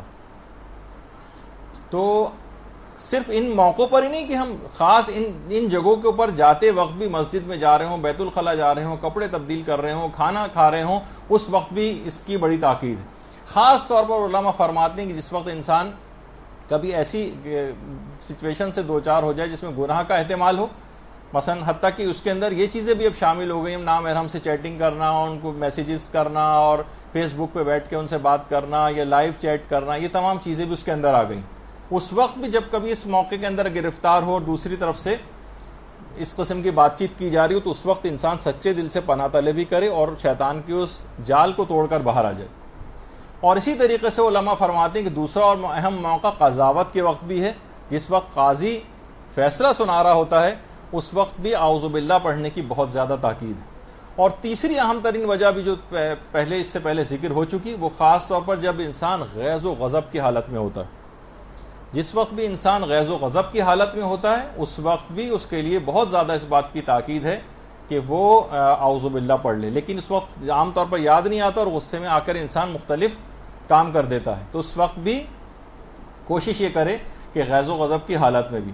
خود روایات کے اندر یہ بات آئی کہ خود شیطان نے یہ بات کہی کہ جب بھی انسان غیظ و غضب کی حالت میں ہوتا ہے تو اس کی مثال بچے کے ہاتھ میں اس گیند کی طرح سے ہو جاتی ہے. میں اس کے ساتھ ایسا سلوک کرتا ہوں جیسے بچے کے ہاتھ میں گیند، کہ جس طرح سے وہ گیند کو پھینکنا چاہتا ہے پھینک دیتا ہے. یعنی جس طرح سے میں گھمانا چاہوں اس غیظ و غضب کی حالت میں گھما سکتا ہوں، اپنے ہاتھوں میں کھیل سکتا ہے وہ شیطان کی، اگر وہ غیظ و غضب کی حالت میں. تو اس وقت خاص طور پر پھر آپ دیکھتی ہیں کہ بات صرف یہاں تک نہیں رہتی لڑائی جھگڑوں کے اندر. جب غصے میں انسان آتا ہے نا تو پھر کیا کرتا ہے، مار پیٹ بھی کرتا ہے. کتنے سارے گناہ اسی وقت ہوتے ہیں، مار پیٹ بھی کر سکتا ہے، گالیاں بھی دیتا ہے اور بد اخلاقی سے بھی پیش آتا ہے، تہمتیں بھی لگاتا ہے، الزامات بھی لگاتا ہے، حتیٰ کہ قتل تک کر سکتا ہے. غیظ و غضب کی حالت کے اندر انسان ایسا شیطان اس کے رگ و پے کے اندر، وہ جو بلڈ پریشر جو اس کا ریز ہوا ہوتا ہے اس کے اندر اصل میں خون کے اندر شیطان گھوم رہا ہوتا ہے جو ہر قسم کے حرام کام اس سے کروا سکتا ہے. جس طریقے سے شراب کے اندر ہوتا ہے نا کہ پھر ہر قسم کا گناہ اس سے ممکن، یہی حالت تقریباً غیظ و غضب کی بھی ہوتی ہے. تو اس موقع پہ بہت زیادہ تاکید ہے. اسی طریقے سے گھر سے باہر نکلتے وقت کی جو دعائیں ہیں ان کے اندر بھی استعاذے کی بڑی تاکید. اس کے اندر کہ شیطان اور اس کے قبیلے والے تمہیں اس طرح دیکھ رہے ہیں کہ تم ان کو نہیں دیکھ پاتے ہو. یعنی ان کی نگاہیں اب تم پر جیسے ہی تم گھر سے باہر نکلو گے، شیاطین جیسے کہا جاتا ہے نا کہ بازاروں کے اندر شیطان کرسی لگا کے بیٹھتا، اب جب تم گھر سے باہر نکل آئے تو اب یہ شیطان تمہارے تمام اس کے لشکر تمہیں دیکھ رہے ہیں اور تمہاری گھات میں اور تم سے طرح طرح کے گناہ کروائیں گے. تو اس موقع پر گھر سے باہر نکلتے وقت کی دعاؤں میں بھی ہے کہ استعاذہ اور پناہ طلبی کی جائے. دیکھیے جب بھی آپ کسی گھر میں جاتی ہیں اور کوئی خطرناک کتا اس گھر کے دروازے پر بیٹھا ہوتا ہے تو آپ اس کے مالک سے کہتی ہیں براہ کرم اس کو ذرا یہاں سے ہٹا دیجئے، مجھے اندر آنا ہے. تو اسی طریقے سے نماز بھی پروردگار کے دروازے پر آپ آ گئی ہیں، اب پروردگار کی راہ میں حائل یہ شیطان بیٹھا ہوا ہے کتا بن کر وہاں پر، تو آپ اسے پروردگار سے پناہ طلبی کریں، ریکویسٹ کریں پروردگار مجھے اپنی پناہ میں لے لیں، اس کو میرے رستے سے ہٹا دیں. جب یہ آپ سے کسی لمحہ غافل نہیں ہوتا ہے، یہ ایسا دشمن ہے، تو آپ اس سے غافل کیوں ہیں؟ یہ بہت اہم بات ہے. دیکھیے جب آپ چوروں ڈکیتوں سے حفاظت کے لیے روزانہ سونے سے پہلے تمام اندر کے داخلے آپ بند کرتی ہیں، کنڈیاں لگاتی ہیں، تالے لگاتی ہیں، کیا کیا کرتی ہیں کہ کوئی جگہ کھلی نہ رہ جائے، تو آخر کس طریقے سے پھر آپ نے اس کو اتنی آسانی سے اس کے لیے بڑے بڑے دروازے کیوں کھول رکھے؟ اس کو استعاذہ پڑھ کر آپ ہر صورت میں اندر آنے سے روکیں، اور ورنہ اگر ابھی آپ نے اس کا اقدام نہیں کیا اور مرتے وقت پتہ چلا کہ کتنا بڑا نقصان آپ اٹھا چکی ہیں، پھر کچھ نہیں ہوگا. علماء بڑا اچھا جملہ ایک عالم نے لکھا ہے کہ آخرت میں گئے اور پتہ چلا کہ یہ جو سجدے ہم کرتے رہے یہ سارے کے سارے شیطان کے آستانے ہی پر کرتے رہے. ایمان کے ہم زبانی دعوے تو کرتے رہے مگر اصلاً اطاعت ہم شیطان کی کرتے رہے. صرف زبان سے کہتے بھی رہے اعوذ باللہ تو کیا فائدہ، عملاً تو ہم نے اطاعت شیطانی کی تھی. وہ جو منتخب التواریخ جو ہمارے ملا ہاشم خراسانی کی بڑی مشہور کتاب ہے، استاد سید علی حائری ایک بہت بڑے عالم دین، انہوں نے خود اپنے ایک درس میں فرمایا کہ اصفہان میں ایک گاؤں تھا، وہاں ایک مریض حالت احتضار میں تھا. سید علی حائری نے یہ واقعہ سنایا. اصفہان میں باقاعدہ ایک گاؤں تھا جس کا ایک مریض حالت احتضار میں تھا. کہہ رہے ہیں میں اس کے پاس گیا اور اس کے سرہانے بیٹھ کر تلقین پڑھنا شروع کی، کیونکہ حالت احتضار میں بھی تلقین پڑھنے کی تاکید۔ اچھا، جب مریض کو کہا گیا کہ پڑھو لا الہ الا اللہ، تو جب بھی مریض کہتا تھا لا الہ الا اللہ تو کہنے بڑی حیرت انگیز بات ہم نے دیکھی کہ جب بھی وہ خدا کی وحدانیت کی گواہی دیتا تھا تو کمرے کے گوشے سے آواز آتی تھی، صدقت یا عبدی، تو نے سچ کہا ہے میرے بندے۔ اچھا، جب مریض کے منہ سے تکلیف سے یا اللہ نکلتا تھا تو کمرے کے گوشے سے آواز آنے لگتی تھی، لبیک یا عبدی، اے بندے میں حاضر ہوں۔ عالم بڑے حیران ہوئے، پوچھا کہ اے صاحب آواز تم کون ہو؟ کہا میں ہی اس کا معبود ہوں، ساری زندگی اس نے میری ہی تو اطاعت و پیروی کی ہے، میں ہوں شیطان۔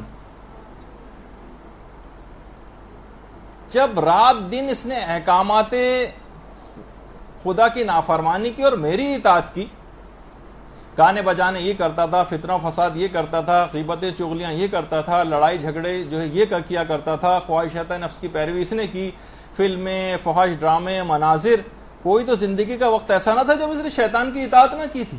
تو انجام بھی اس کا یہی ہونا تھا، ساری زندگی عبادت یہ میری کرتا رہا تھا۔ اب یہ لا الہ الا اللہ کہہ بھی رہا ہے تو یہ میرے لیے ہی کہہ رہا ہے، یہ اس اللہ کے لیے نہیں کہہ رہا ہے۔ تو دیکھیے یہ وقت اگر نکل گیا اور ہم نے اس استعاذہ کو کام میں نہیں لائے، اس نماز کو استعمال اس سلسلے میں نہیں کیا، اپنے آپ کو گناہوں سے نہیں بچایا، یہ نماز اس قابل نہیں بن سکی کہ ہم کو ان تمام گناہوں سے بچا سکے، تو وقت کبھی خدا نہ خواستہ اس طرح کا آ گیا جو ابھی آپ نے واقعہ سنا کہ پوری زندگی تو شیطان کی اطاعت میں لگائی تھی، آخری وقت میں صرف ایک جملہ پڑھ کے کیسے جنت حاصل کر لیں گے۔ تو یہ بہت اس بات کی اہمیت ہے اس موقع پر، یعنی اگر حالت نظام میں احتضار میں آنکھوں سے پردہ اٹھ بھی گیا تو اس وقت کا کیا حاصل ہوگا، توبہ کی بھی بعض اوقات گنجائش نہیں ہوتی۔ تو دل و جان سے گناہوں کے خلاف ڈٹ جانا، یہ حقیقت استعاذہ ہے۔ اسے آپ پڑھیے اور اچھی طریقے سے تمام چیزوں کا مفہوم دماغ میں رکھتے ہوئے اعوذ باللہ من الشیطان الرجیم پڑھنے کے بعد پھر اس کے بعد الحمد کی بسم اللہ الرحمن الرحیم اس کی طرف آ جائیے۔ سورہ الحمد سے اب آپ کی نماز کا آغاز ہوگا۔ اعوذ باللہ من الشیطان الرجیم کہہ دیا، دماغ میں حقیقت استعاذہ کو رکھتے ہوئے کہ اب میں اس نماز کے بعد اب گناہوں سے اپنے آپ کو بچاؤں گی۔ اس کے بعد الحمد سے ہماری اب ابتدا ہو رہی۔ لیکن نماز کی ابتدا سورہ الحمد ہی سے کیوں ہے؟ وجہ کیا ہے؟ کوئی اور سورہ بھی تو ہو سکتا تھا۔ باقاعدہ فضل ابن شازان نے ہمارے 8ویں امام علی رضا علیہ الصلوۃ والسلام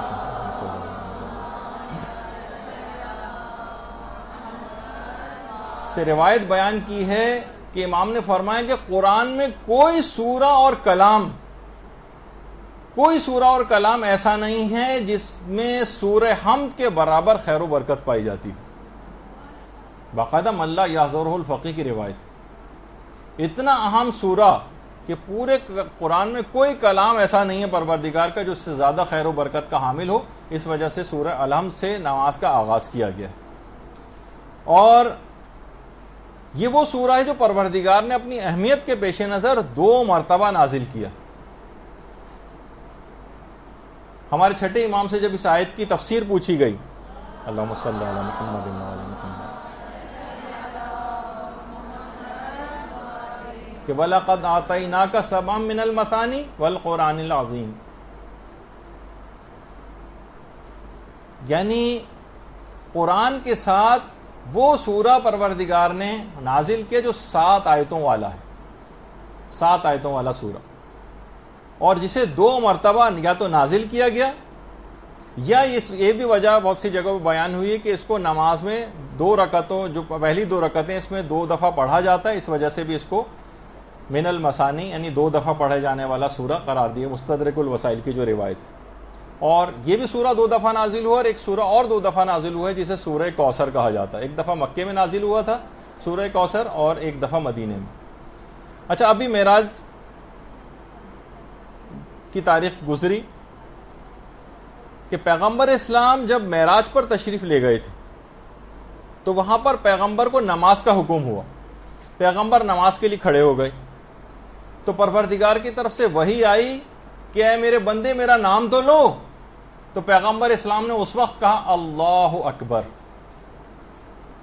پھر اس کے بعد پیغمبر نے کہا بسم اللہ الرحمن الرحیم، اور اس وجہ سے روایتوں میں بیان ہوا کہ بسم اللہ کو ہر سورے کے شروع میں رکھا گیا، اور پھر اس کے بعد پروردگار کی طرف سے پھر وہی نازل ہوئی، میرے بندے میری حمد تو کرو۔ اس کے بعد پیغمبر اسلام نے سورہ الحمد کی تلاوت شروع کی۔ باقاعدہ جو اصول کافی کی روایت ہے، اس طریقے سے نمازوں کے اندر یہ طریقہ کار قرار پایا کہ نمازوں میں پہلی اور دوسری رکعت میں الحمد کا جو ہے سورہ وہ پڑھا جاتا ہے، اور یہ بھی کہ اس سورے کو پڑھنے سے 2/3 قرآن پڑھنے کا ثواب آپ کو ملتا ہے۔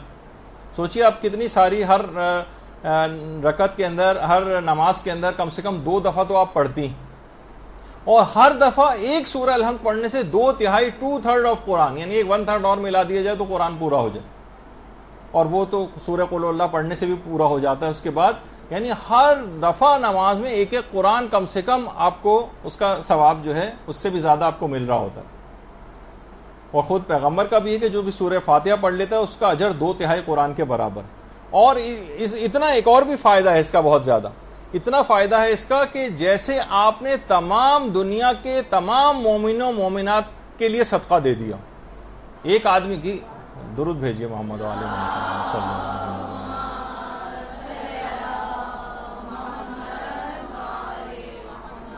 باقاعدہ تفسیر مجموع البیان کے اندر جو پہلی جلد ہے اس کے اندر سورہ الحمد کے ذیل میں یہ بات بیان ہوئی ہے، یہ والی روایت، کہ تمام دنیا کے مومنوں و مومنات کی طرف سے گویا آپ نے صدقہ دے دیا 2/3 قرآن پڑھنے کے ثواب کے علاوہ۔ اور اتنا ہی عظیم سورہ ہے، اتنا عظیم سورہ ہے۔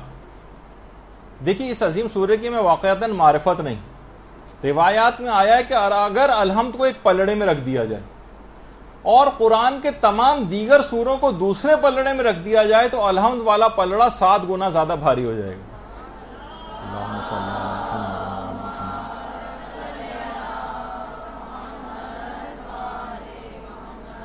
7 گنا زیادہ بھاری قرآن کے دیگر تمام سوروں کے مقابلے میں الحمد کا سورہ، اب کتنی سرسری بیزاری اور اس سے ہم پڑھتے ہوئے جاتے ہیں اس سورے کو۔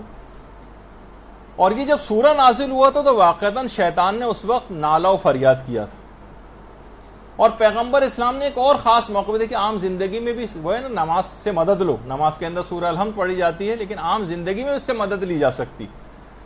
خاص طور پر پیغمبر نے جو درد جس وقت جسم میں کسی جگہ واقع ہو رہا ہو، سر میں یا جسم کسی اور جگہ، اس وقت سورہ الحمد پڑھنے کی بہت تاکید۔ قرآن کے ذریعے بھی باقاعدہ بہت سارے علماء نے پوری کتابیں لکھی ہیں قرآن سے علاج کے سلسلے میں، تو اس کے اندر سے ایک بات یہ بھی ہے۔ اچھا، اسی طرح سے یعنی تو درد کی جگہوں پر، اس کے علاوہ علماء نے ایک بات اور کہی، سورہ کے اندر ایک خصوصیت یہ بھی ہے کہ پروردگار عالم نے آپ کو ایک اعزاز بخشا ہے کہ براہ راست اس سورہ کی تلاوت میں آپ کی پروردگار عالم سے براہ راست بات چیت ہوتی ہے، نہ درمیان میں نہ کوئی واسطہ فرشتہ ہے نہ کوئی ملک ہے، کوئی بھی درمیان میں ہے ہی نہیں، آپ ہیں اور پروردگار عالم۔ کتنا بڑا اعزاز ہے کہ سورہ الحمد جس وقت ہم پڑھتے ہیں براہ راست پروردگار عالم سے ہماری بات چیت ہو رہی ہوتی۔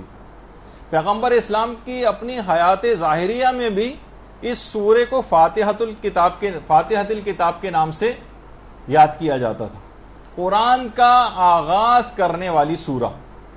یہاں سے علماء فرماتے ہیں کہ اس نام سے بھی ایک مسئلہ حل ہوتا ہے کہ جو یہ لوگ کہتے ہیں کہ قرآن پیغمبر اسلام کے دور میں جمع نہیں ہوا تھا بلکہ بعد کے زمانے کے جو حکمران آتے رہے ان لوگوں نے قرآن کو جمع کیا ہے، علماء اس نام کو بھی ایک دلیل کے طور پر دیگر دلائل کے ساتھ اس کو بھی دلیل بناتے ہیں کہ رسول کے دور میں قرآن پورا جمع ہو چکا تھا، اور اس کے شروع میں سورہ الحمد تھی، جب بھی تو رسول کے زمانے میں سے فاتحۃ الکتاب کہا جاتا تھا، قرآن کا آغاز کرنے والی سورہ، جب کوئی چیز ہی نہیں تھی، قرآن جمع ہی نہیں تھا، لوگوں کے صحابہ کے دل وغیرہ میں تھا، تو قرآن کا آغاز کرنے والا سورہ اس کو کیسے کہا جا سکتا ہے؟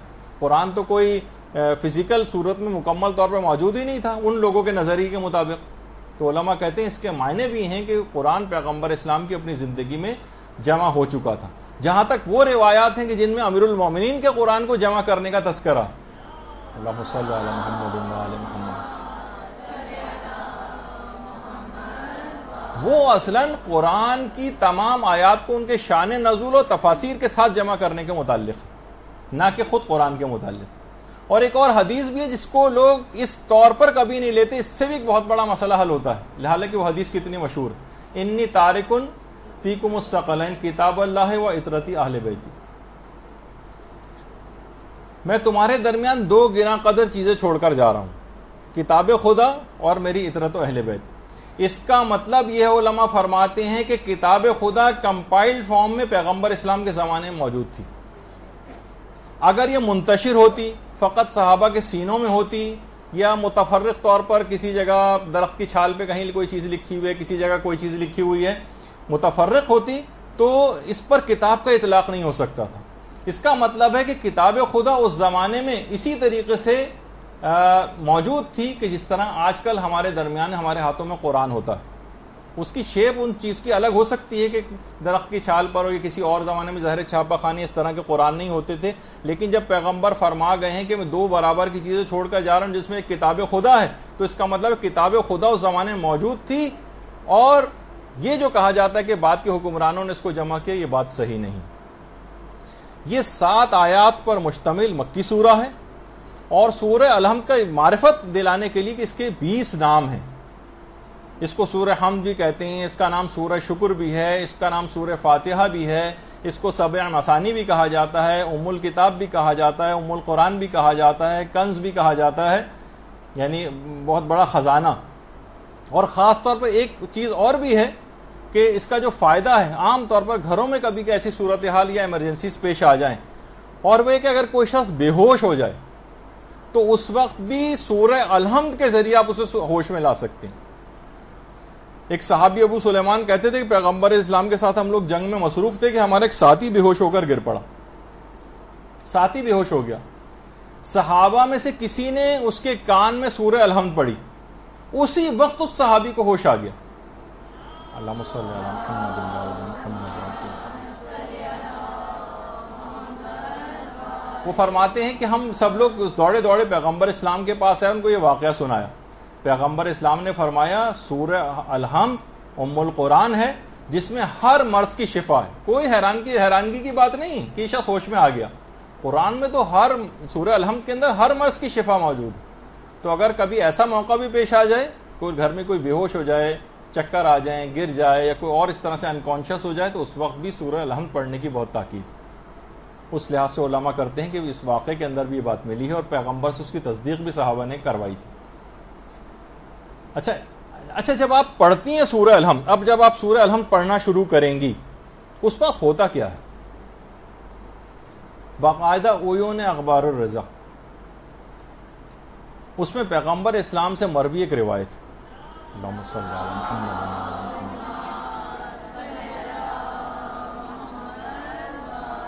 روایت پیغمبر فرماتے ہیں جب بندہ یہ کہتا ہے بسم اللہ الرحمن الرحیم،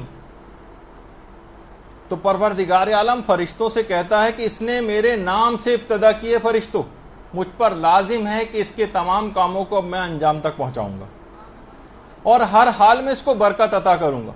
اس کے بعد جب یہ اگلا جملہ کہتا ہے الحمدللہ رب العالمین، تو خدا فرشتوں سے کہتا ہے کہ جب اس نے یہ بات سمجھ لی ہے کہ جو نعمتیں ہیں وہ سب کی سب میری طرف سے عطا کردہ ہیں، تو اب میں اس شخص کے تمام مصائب کو اس سے دور کروں گا، اور اے فرشتوں گواہ رہنا اب میں دنیا میں بھی اسے نعمتیں دوں گا اور آخرت کے گھر میں بھی اس کو نعمتیں عطا کروں گا۔ اللہم صلی علی محمد و علی محمد۔ اور میں جس طرح سے اس جہان میں اس کو مصائب سے نجات عطا کروں گا، اسی طرح سے آخرت کے گھر میں بھی اس کو تمام مصائب سے نجات عطا کروں گا۔ اس کے بعد جب بندہ اس کے بعد اگلا کلمہ کہتا ہے الرحمن الرحیم، تو پروردگار کہتا ہے کہ جب یہ گواہی دے رہا ہے کہ میں رحمان اور رحیم ہوں، تو اے فرشتوں گواہ رہنا کہ میں اس کے حصے میں اپنی رحمت اور عطیات کو زیادہ سے زیادہ کر دوں گا۔ اور جس وقت یہ کہتا ہے مالک یوم الدین، ایک پروردگار فرشتوں سے کہتا ہے فرشتوں گواہ رہنا کہ اس نے روز قیامت میری مالکیت کا اعتراف کر لیا ہے، اب میں اس کے حساب و کتاب والے دن اس کے حساب و کتاب میں آسانی پیدا کروں گا، اور اس کی تمام نیکیوں کو قبول کر لوں گا، اور اس کے تمام گناہوں کو معاف کر دوں گا۔ اس کے بعد جب بندہ کہتا ہے ایاک نعبد، پروردگار کہتا ہے اس نے بالکل سچ کہا، یہ میری ہی عبادت کرتا ہے، فرشتوں اب گواہ رہنا کہ اس کی عبادت پر میں اس کو ایسا ثواب عطا کروں گا کہ جو اس کے مخالف لوگ ہیں وہ اس پر رشک کریں گے. دیکھیے بہت اہم بات ہے, اس کے جتنے مخالفین ہیں وہ اس پر رشک کریں گے, میں اتنا ثواب اس کو دوں گا. اور جس وقت وہ کہتا ہے ایاک نستعین, تو پروردگار کہتا ہے کہ اس نے مجھ سے مدد چاہیے اور میری پناہ طلبی اس نے طلب کی ہے. اے فرشتوں گواہ رہنا کہ اب میں اس کے تمام کاموں میں اس کی مدد کروں گا اور تمام سختیوں اور تنگیوں میں اس کی مدد کو پہنچوں گا. اور اس کے بعد جب یہ کہتا ہے اہدنا الصراط المستقیم, اور یہاں سے لے کر علیہم ولا الضالین تک جب یہ کہتا ہے, تو پروردگار فرشتوں سے مخاطب کر کے کہتا ہے کہ میرے بندے کی یہ خواہش بھی پوری ہو گئی, اب یہ کچھ بھی مجھ سے مانگے گا میں اس کی تمام دعاؤں کو قبول کروں گا, اور جس چیز کی اس نے امید مجھ سے لگائے بیٹھا ہے میں ان تمام چیزوں کو اس کو عطا کروں گا, اور تمام ان چیزوں سے جن سے یہ خائف ہے اس سے اب اس کو مامون قرار دے دوں گا. تو آپ نے دیکھا باقاعدہ تفسیر المیزان کی پہلی جلد میں عیون اخبار الرضا وغیرہ کے اندر سب کے اندر یہ روایت موجود ہے کہ جس وقت آپ سورہ الحمد پڑھتی ہیں تو پروردگار فرشتوں سے اس وقت ہم کلام ہو کہ یہ باتیں آپ کے لیے کہہ رہا ہوتا ہے.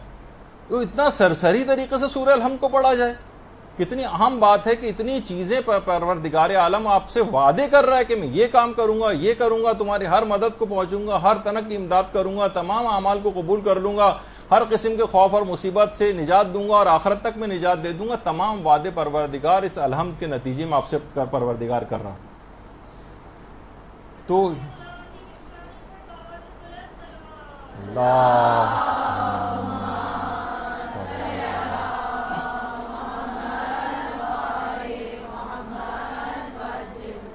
دیکھیے بسم اللہ سے الحمد کی ابتدا ہوئی, کیوں بسم اللہ کو الحمد کے شروع میں کیوں رکھا گیا؟ پیغمبر فرماتے ہیں ہر وہ کام کہ جو بسم اللہ سے شروع نہیں ہوتا وہ پائے تکمیل تک نہیں پہنچتا, یعنی اس کو کمال حاصل نہیں ہوتا. امیر المومنین بھی یہ جملہ ارشاد فرماتے تھے کہ سب سے پہلی آیت جو حضرت آدم کے اوپر نازل ہوئی وہ یہی بسم اللہ الرحمن الرحیم, تاکہ ان کی اولاد جب بھی اس آیت کی تلاوت کرے اسے عذاب الہی سے امان مل جائے. یہ حضرت آدم کو سب سے پہلی عطا کی جانے والی آیت تھی بسم اللہ الرحمن الرحیم. بسم اللہ کے متعلق یہ بات کہی جاتی کہ بسم اللہ الرحمن الرحیم اصل میں دوستان خدا کے دلوں کا نور ہے, یہ عارفوں کی جان ہے, اور یہ موحدوں کے سینوں کا چراغ ہے, غمزدہ لوگوں کے غموں کا مرہم ہے, اور بیمار دلوں کے لیے ایک طبیب کی حیثیت رکھتی ہے بسم اللہ الرحمن الرحیم. باقاعدہ جابر بن عبداللہ انصاری فرماتے ہیں کہ جس وقت یہ بسم اللہ الرحمن الرحیم نازل ہوئی اس وقت عجیب و غریب کیفیت ہو گئی تھی پیغمبر کے اوپر. جب یہ آیت نازل ہوئی تھی جابر فرماتے ہیں کہ بادل مشرق سے چل نکلے, ہوائیں تھم گئیں اور دریاؤں میں طغیانی پیدا ہونے لگی, اور اسی وقت شیطان راندہ درگاہ الہی بھی ہوا, اور خدا نے اپنی عزت و جلال کی قسم کھا کر یہ بات کہی کہ جو بھی اسے پڑھے گا اسے اس پر وہ اپنی برکتیں ضرور نازل کرے گا. اور اس میں دیکھیے بسم اللہ الرحمن الرحیم میں اللہ کے 3 نام ہیں, اللہ, رحمان اور رحیم. روایات میں جملہ ملتا ہے کہ پروردگار نے اپنے 3000 ناموں کی ساری برکتیں ان 3 ناموں کے اندر سمو دی, اور اگر کوئی شخص بسم اللہ الرحمن الرحیم پڑھتا ہے تو گویا اس نے خدا کے 3000 ناموں کی تلاوت کر لی.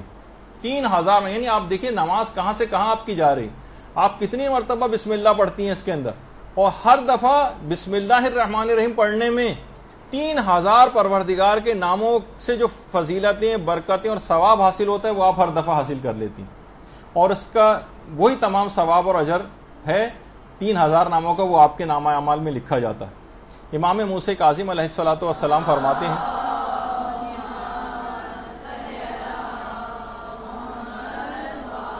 کہ ابھی آپ نے سنا کہ الحمد کا سورہ سب سے برتر تھا قرآن میں سب سے برتر آیت کون سی؟ اس کے متعلق 7ویں امام نے کہا کہ کتاب خدا میں یہ بزرگ ترین آیت, اور اس کا 114 مرتبہ قرآن میں تذکرہ ہوا. ایک عالم عارف نے بڑی اچھی بات کہی کہ مشکل کام کے لیے ایک دفعہ میں نے بہت سارے اعمال کیے, بہت اذکار کی, بہت سارے کام انجام دے چکا, لیکن وہ میرا کام نہیں ہوا. لیکن میں نے فقط ایک دفعہ حضور قلب سے پروردگار کے یہ دو نام رحمان اور رحیم پڑھے، کہہ رہے ہیں اسی دن میرا مسئلہ حل ہو گیا. اللہم صلی علی محمد و علی محمد. اسی دن.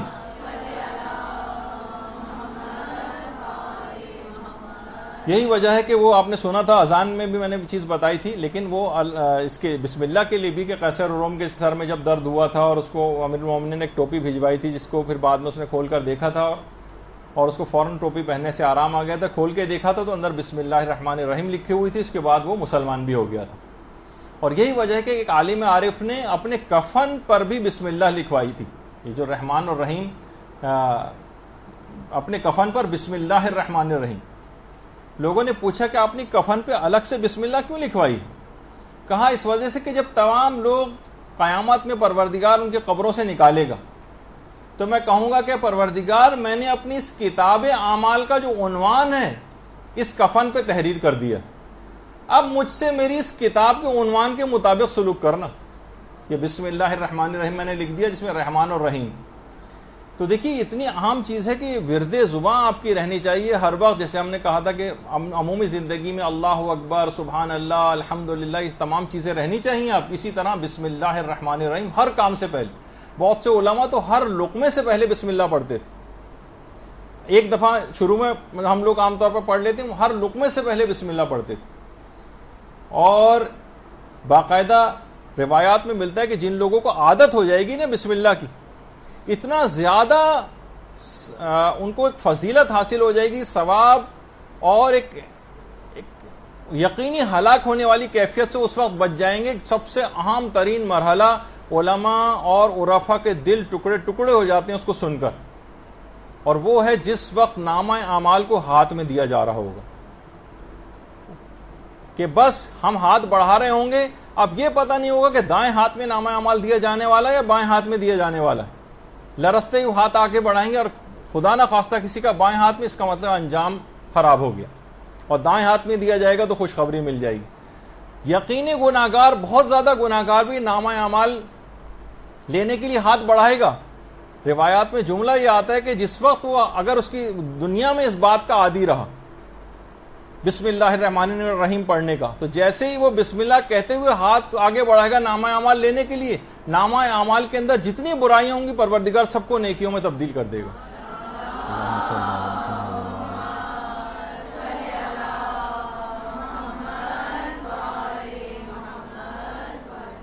جتنی برائیاں تھیں سب کو نیکیوں کے اندر تبدیل کر دے گا اور انجام بخیر ہو جائے گا.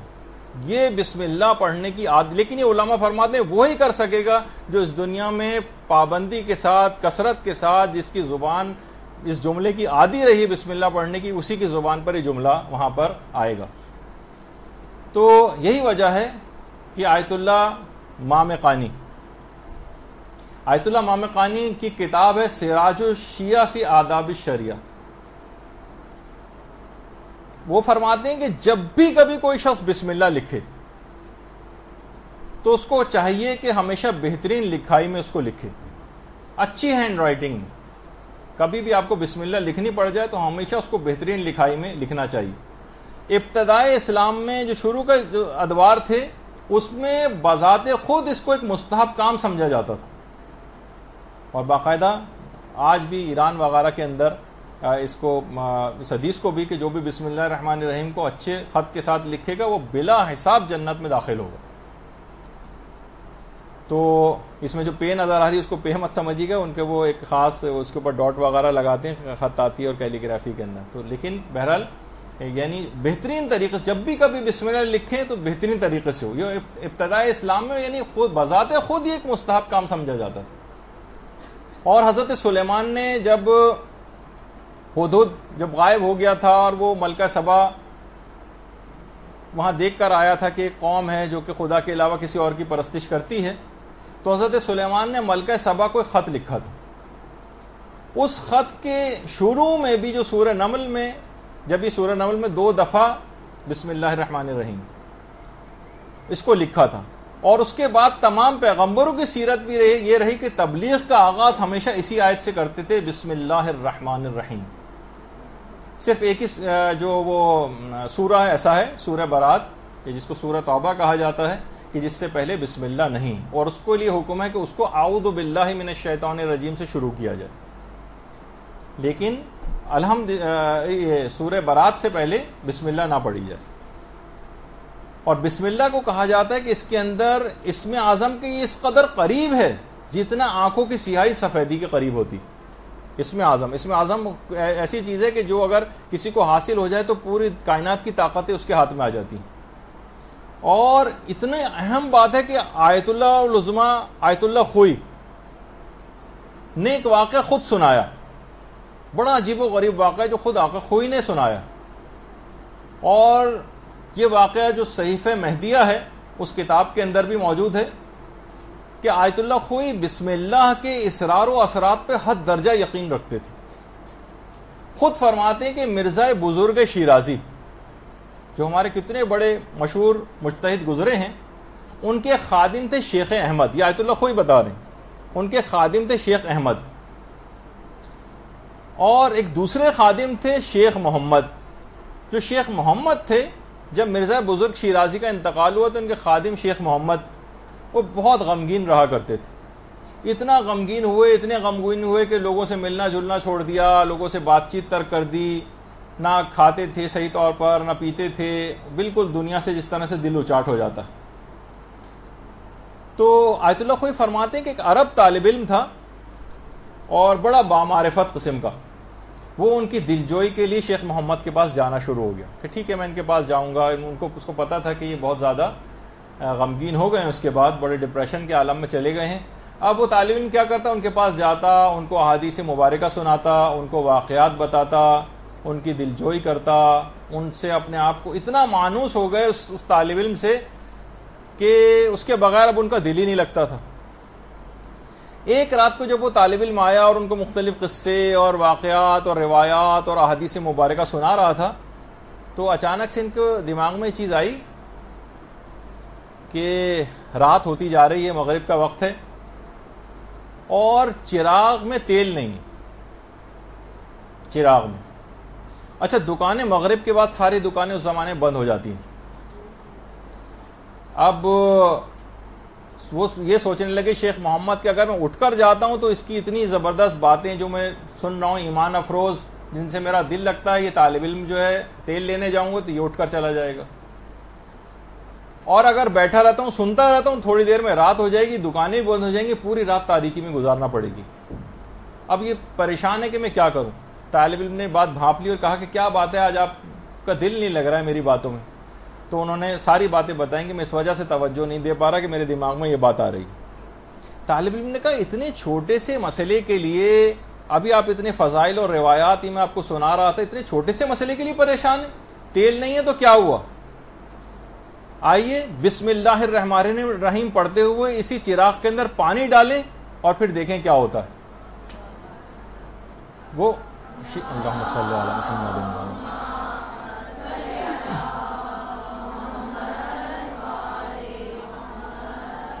شیخ محمد نے پانی لیا اور پورے اعتقاد کے ساتھ بسم اللہ الرحمن الرحیم پڑھتے ہوئے ڈالا، چراغ اسی وقت روشن ہو گیا۔ اللہم صلی علی محمد۔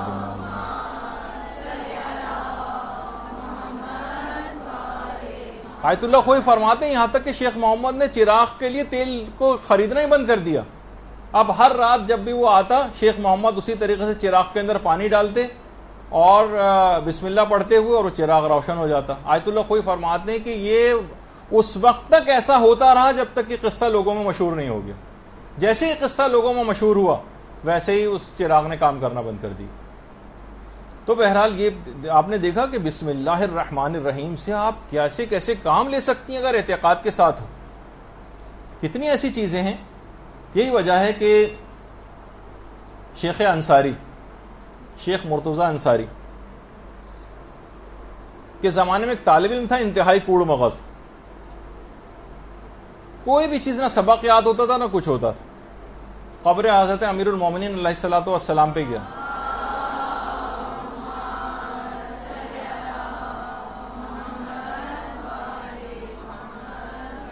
امیر المومنین سے توسل کیا، امیر المومنین آئے اور اس طالب علم کے کان میں بسم اللہ الرحمن الرحیم پڑھا، بس۔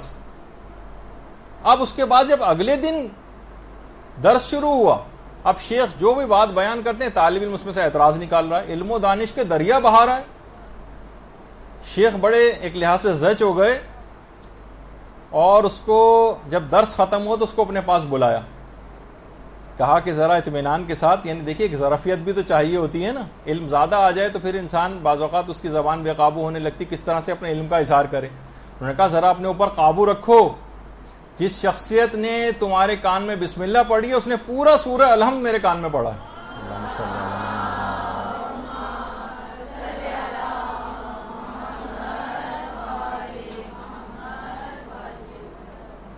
تو آپ دیکھا آپ نے، اور یہ بھی علماء فرماتے، خود امام خمینی کا ہی جملہ ہے کہ ہر سورے سے پہلے جو بسم اللہ پڑھی جاتی ہے اس کے ایک معنی نہیں ہیں، اس سورے کے مطابق اس کے معنی، مفاہیم اور برکتیں اور فضیلتیں، یعنی ایک مخصوص بس نہیں ہے۔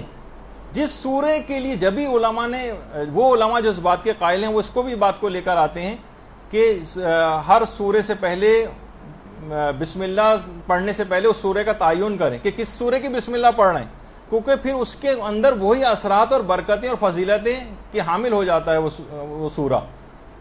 تو سورے سے پہلے بسم اللہ، سورے کی بسم اللہ پڑھنے سے پہلے تعین سورہ کیا جائے، سورے کا تعین کیا جائے کہ آپ کون سا والا سورہ پڑھنے جا رہی ہیں۔ کچھ علماء کے نظریے کچھ اختلاف ہے جو بھی آگے چل کر بھی ذکر کریں گے۔ اور اتنی خیر و برکت والی یہ چیز ہے بسم اللہ الرحمن الرحیم، اتنی خیر و برکت کہ جب بھی یہ سورہ الحمد علی الخصوص، اور سورہ الحمد کی جو پہلی آیت ہے یہ آپ خیر و برکت کے لیے گھروں کے بیرونی دروازوں پر ضرور لگائیں۔ باقاعدہ مفاتی میں بھی ہے، پیغمبر نے فرمایا جو شخص بھی اپنے گھر کے بیرونی دروازے پر بسم اللہ الرحمن الرحیم لکھے گا تو وہ ہلاکت سے محفوظ رہے گا۔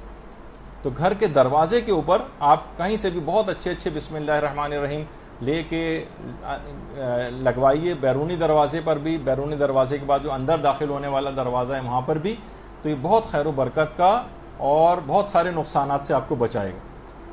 اور خاص طور پر وہ افراد کے جو وسواسی بہت ہیں ان کے متعلق یہ کہ اگر روزانہ 786 مرتبہ اگر یہ بسم اللہ الرحمن الرحیم پڑھ لیں تو یہ پورے دن اور بعد کے بھی دنوں میں وسوسوں سے محفوظ ہو جائیں گے۔ 786 مرتبہ وسوسوں کو دور کرنے کے لیے بسم اللہ کی بڑی تاکید ہے۔ اور خاص طور پر اگر شوہر و بیوی میں کوئی اختلاف ہو یا دوستوں میں اور رشتہ داروں میں اختلاف ہونے لگے اور محبت کسی کی کم ہو اور محبت کو بڑھانا مقصود ہو، تو علماء فرماتے ہیں کہ 7 مرتبہ یا ربی لکھیں اور 31 مرتبہ 7 مرتبہ یا ربی لکھ کر اس کو دھو کر زعفران سے لکھیں، اس کے بعد دھو کے پانی میں اس کو ملا لیں، اور اس کے بعد جب 31 مرتبہ بسم اللہ پڑھیں تو پھر اس شخص کو پلا دیں کہ بسم اللہ، اس طرح سے اس شخص کو پلا دیں کہ جس کی محبت میں کمی محسوس ہو رہی، یہ لڑائی جھگڑے ہو رہے ہیں، محبت میں کمی ہوتی ہے اس سے، تو اس شخص کی محبت بڑھ جائے گی۔ 7 مرتبہ یا ربی لکھیں اور اس کے چلیں چاہیں تو بسم اللہ بھی اس کے اوپر لکھ سکتے ہیں، لیکن بسم اللہ کو 31 مرتبہ پڑھنا ہے اور اس کو پلا دینا ہے اس شخص کو کہ جس کی محبت میں کمی واقع ہو رہی، تو ان کی لڑائی جھگڑے بھی دور ہو جائیں گے اور محبت میں کمی جو ہے وہ بھی دور ہو جائے گی۔ بس اس کا خیال رکھیں کہ ساسیں جو ہیں وہ بہوؤں سے بھی پہلے بیٹوں پر ہی عمل نہ شروع کر دیں، کیونکہ دیکھیے بہرحال یہ ضرور ہے کہ گھروں کے اندر جو لڑائی جھگڑے، فتنہ و فساد، یہ سب چیزیں ہو رہی ہیں، ان کو رکوانے کی بڑی ضرورت ہے۔ گھر جہنم کے نمونے بنے ہوئے ہیں، جو فون ہمارے پاس یہاں پر آتے ہیں، مدرسے میں آتے ہیں لوگ، جو پرابلمس اپنی بتاتے ہیں، باقاعدہ لطیفے بھی بننے لگے نا کہ وہ جہنم میں دیکھا شیطان نے کہ کچھ خواتین ہیں جو ہنسے چلی جا رہی ہیں، تو شیطان نے فرشتوں سے پوچھا یہ کیا چکر ہے؟ تو فرشتوں نے کہا اصل میں سب بہویں ہیں، جہنم میں آتے ہی ایڈجسٹ ہو جاتی ہیں، کہتی ہیں کہ بالکل سسرال جیسا ماحول ہے۔ تو بہرحال تو گھر واقعی جہنم کے نمونے بن گئے ہیں۔ تو علماء فرماتے ہیں کہ بسم اللہ ہی کے ذریعے اولیاء خدا مقامات عالیہ کے اوپر فائز ہوتے ہیں، اور جس طریقے سے دیکھیں بسم اللہ کو کہا جاتا ہے کہ جس طریقے سے پروردگار عالم کن کہہ کر اپنے کاموں کو اختتام تک پہنچاتا ہے، ویسے یہ کہنے کا مفہوم کیا ہے یہ ایک الگ بات ہے کہ وہ کہتا ہے یا کہ وہ کہتا ہے اور وہ چیز ہو جاتی ہے. تو پروردگار نے ایک چیز آپ کے لیے بھی دی ہے, وہ یہ ہے کہ آپ بسم اللہ الرحمن الرحیم کہہ کر پروردگار کی جو صفت کن ہے اس کے ذریعے بھی اپنے کاموں کو اختتام تک پہنچائیں. وہ کن کہتا ہے, آپ بسم اللہ الرحمن الرحیم کہہ کے اس کا نام لے کر اپنے کاموں کو پائے تکمیل تک پہنچائیں. تو یہ تمام چیز بہت اہم ہے. لیکن آیت اللہ جواد عاملی نے سلسلے میں بڑی اہم بات کہی. ابھی جتنی بھی چیزیں ہیں نا, دیکھیے جو آپ کے سامنے پیش کر رہا ہوں, جب میں عملیات پیش کرتا ہوں تو میرے دماغ میں یہ چیز ہمیشہ آتی کہ لوگ اس کو چراغ کے جن کی طرح کی چیزیں سمجھتے ہیں. دیکھیے آج اس بات کو میں تھوڑا سا اور کلیئر کر دوں.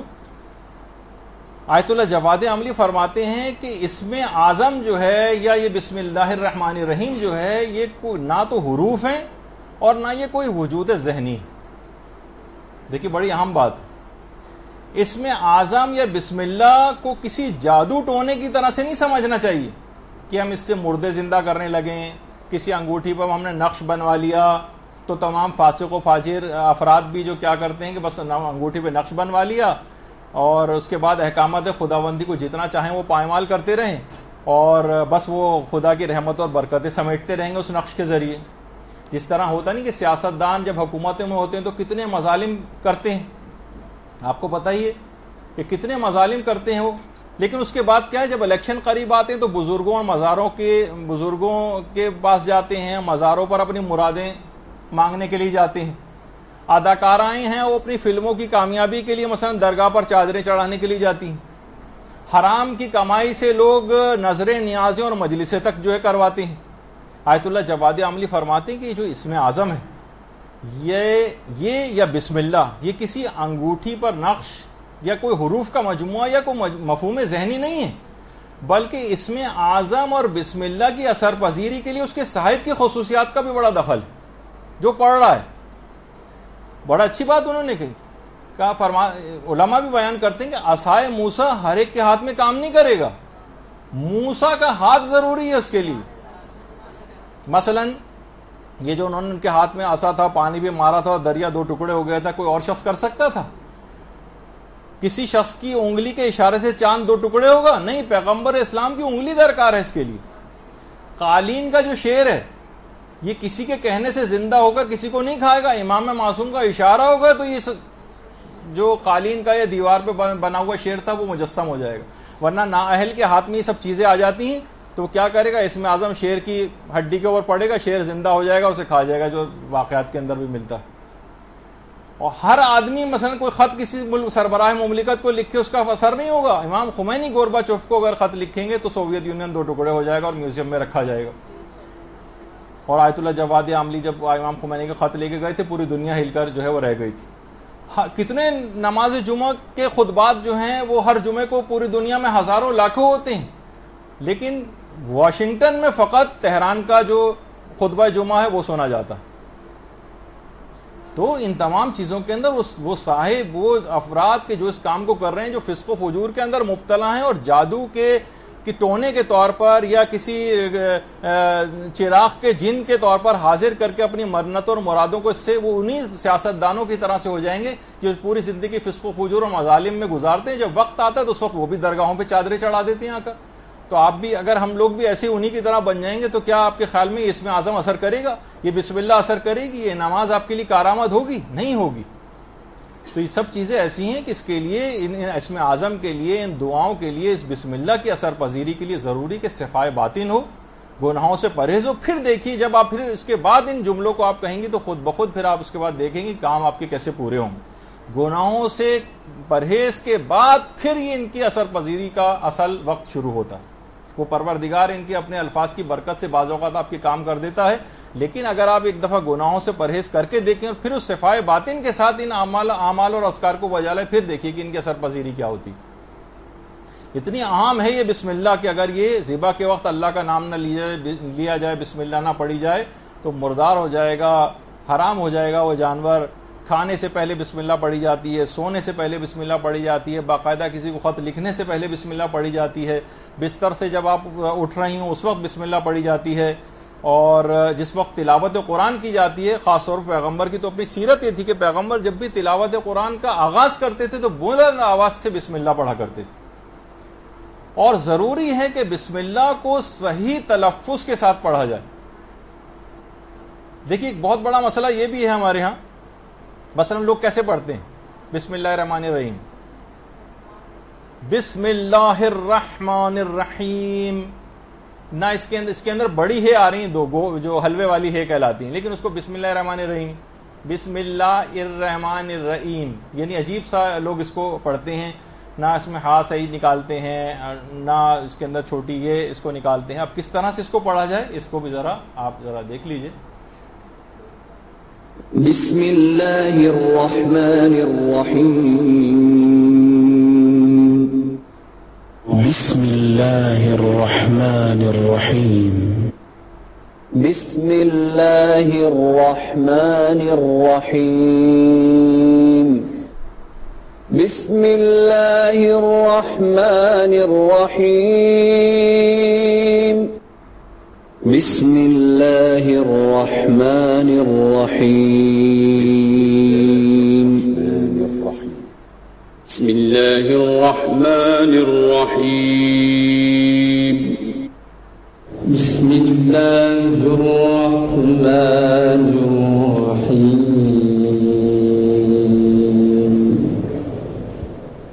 بسم اللہ الرحمن الرحیم. بسم اللہ الرحمن الرحیم. بسم اللہ الرحمن الرحیم.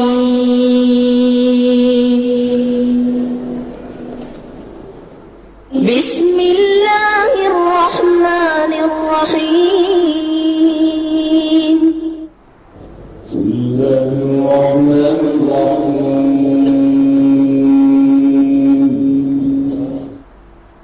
بسم اللہ الرحمن الرحیم. بسم اللہ الرحمن الرحیم. بسم اللہ الرحمن الرحیم. بسم اللہ الرحمن الرحیم. تو آپ کو اچھی طرح سے پریکٹس کرنی ہے اس بات کی. اچھا اب بسم اللہ کے سلسلے میں ایک انحرافی بات وہ بھی آپ کی خدمت میں آج عرض کر دی جائے. کچھ جو تھوڑا سا وقت آج 5-10 منٹ اور اوپر ہو جائیں گے، لیکن تاکہ بسم اللہ کا مسئلہ آج مکمل ہو جائے تاکہ اگلی دفعہ سے ہم الحمد سے شروع کر دیں گفتگو. ایک چیز ہو گئی آج کل کہ یہ 786 یا 786 کے اعداد یہ بسم اللہ الرحمن الرحیم کا قائم مقام ہو سکتے ہیں. آج کل ہم ہر جگہ بسم اللہ کی جگہ ان اعداد کو لکھا دیکھتے ہیں کہ بسم اللہ کے اندر یہ 786. کیا اس کو زبان سے ادا کرنا یا اس کو لکھنا وہی ثواب دلواتا ہے کہ جو بسم اللہ الرحمن الرحیم کا ثواب ہے؟ لوگ آج کل یہ لکھنے کے بجائے بسم اللہ کو 786/110 وغیرہ لکھ دیتے ہیں. دیکھیے پہلی بات تو یہ ہے کہ بسم اللہ میں 21 حروف ہیں اور ہر حرف کے اوپر 10 نیکیاں ملتی ہیں.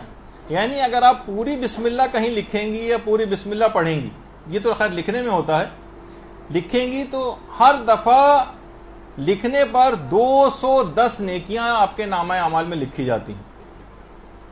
اب ہر آدمی خوش ہے کہ میں نے 786 لکھ کر سوچتا ہے کہ میں نے بہت ثواب حاصل کر لیا، قرآن کو میں نے بے ادبی سے جو ہے محفوظ کر دیا.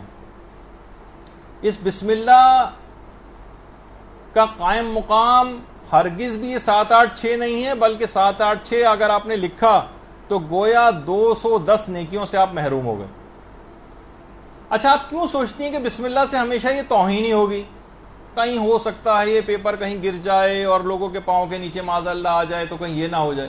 یہ احتیاط آپ کتنی دفعہ، کیا آپ اللہ کا نام کبھی اور کبھی بھی نہیں لکھتی؟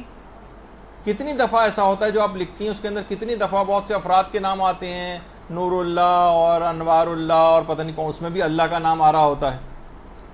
تو جگہ جگہ اللہ کا نام تو ویسے ہی استعمال ہو رہا ہوتا ہے.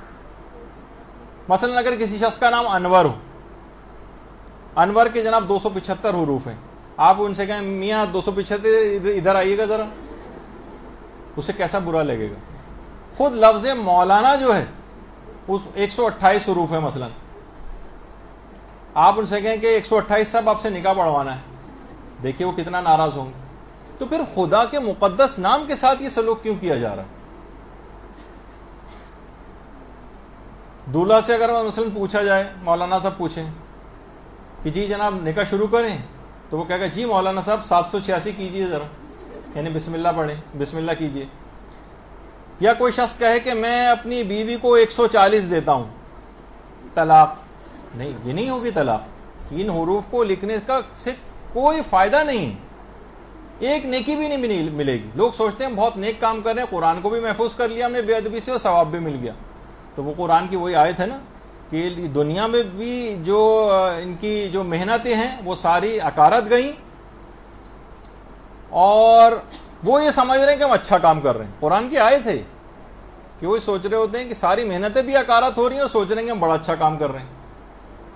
تو لوگ اسی طرح سے شارٹ کٹ لگا کر پیغمبر اسلام کے نام کے ساتھ، ہمارے خدا کا شکر ہے کہ مکتب اہل بیت کے اندر ایسا نہیں، کبھی بھی پیغمبر اسلام کا نام آتا ہے تو پورا اللہم صلی علی محمد وعلی محمد یا صلی اللہ علیہ وآلہ وسلم پڑھا جاتا ہے. اللہم صلی علی محمد وعلی محمد.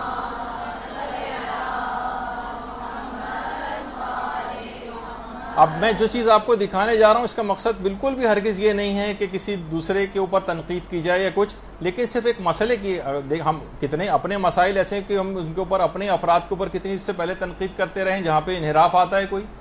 تو اگر کسی جگہ مسلمانوں میں بھی چیز پائی جا رہی ہے تو ان کو مکمل درود یا صلی اللہ علیہ وآلہ وسلم، اس کو شارٹ فارم نہیں بنانا چاہیے جیسے ہم نے بسم اللہ کو بنا دیا. آپ دیکھیے کہ یہ عام طور پہ شارٹ فارم جو بنایا جا رہا ہے وہ اس کے اندر کیسے بنایا جا رہا ہے. رسول الله صلى الله عليه وآله وسلم عن شفاعة النبي الأعظم صلى الله عليه وآله النبي صلى الله عليه وآله صلى الله عليه وسلم وسلم وسلم وسلم وسلم وسلم ويقول صلى الله عليه وسلم صلى الله عليه وسلم صلى الله عليه وسلم صلى الله عليه وسلم والنبي صلى الله عليه وسلم والنبي صلى الله عليه وسلم صلى الله عليه وسلم صلى الله عليه وسلم للنبي صلى الله عليه وسلم اتهام لعب اصحاب النبي صلى الله عليه وسلم النبي صلى الله عليه وسلم صلى الله عليه وسلم وسلم وسلم صلى الله عليه وسلم صلى الله عليه وسلم صلى الله عليه وسلم صلى الله عليه وسلم لكان الله عزل لكان الله عزل الله عزل الله عزل الله عزل قول الله عزل قول الله عزل الله عزل ان الرسول صلى الله عليه وسلم ان الرسول صلى الله عليه وسلم ان الرسول صلى الله عليه وسلم صلى الله عليه وسلم صلى الله عليه وسلم صلى الله عليه وسلم صلى الله عليه وسلم صلى الله عليه وسلم.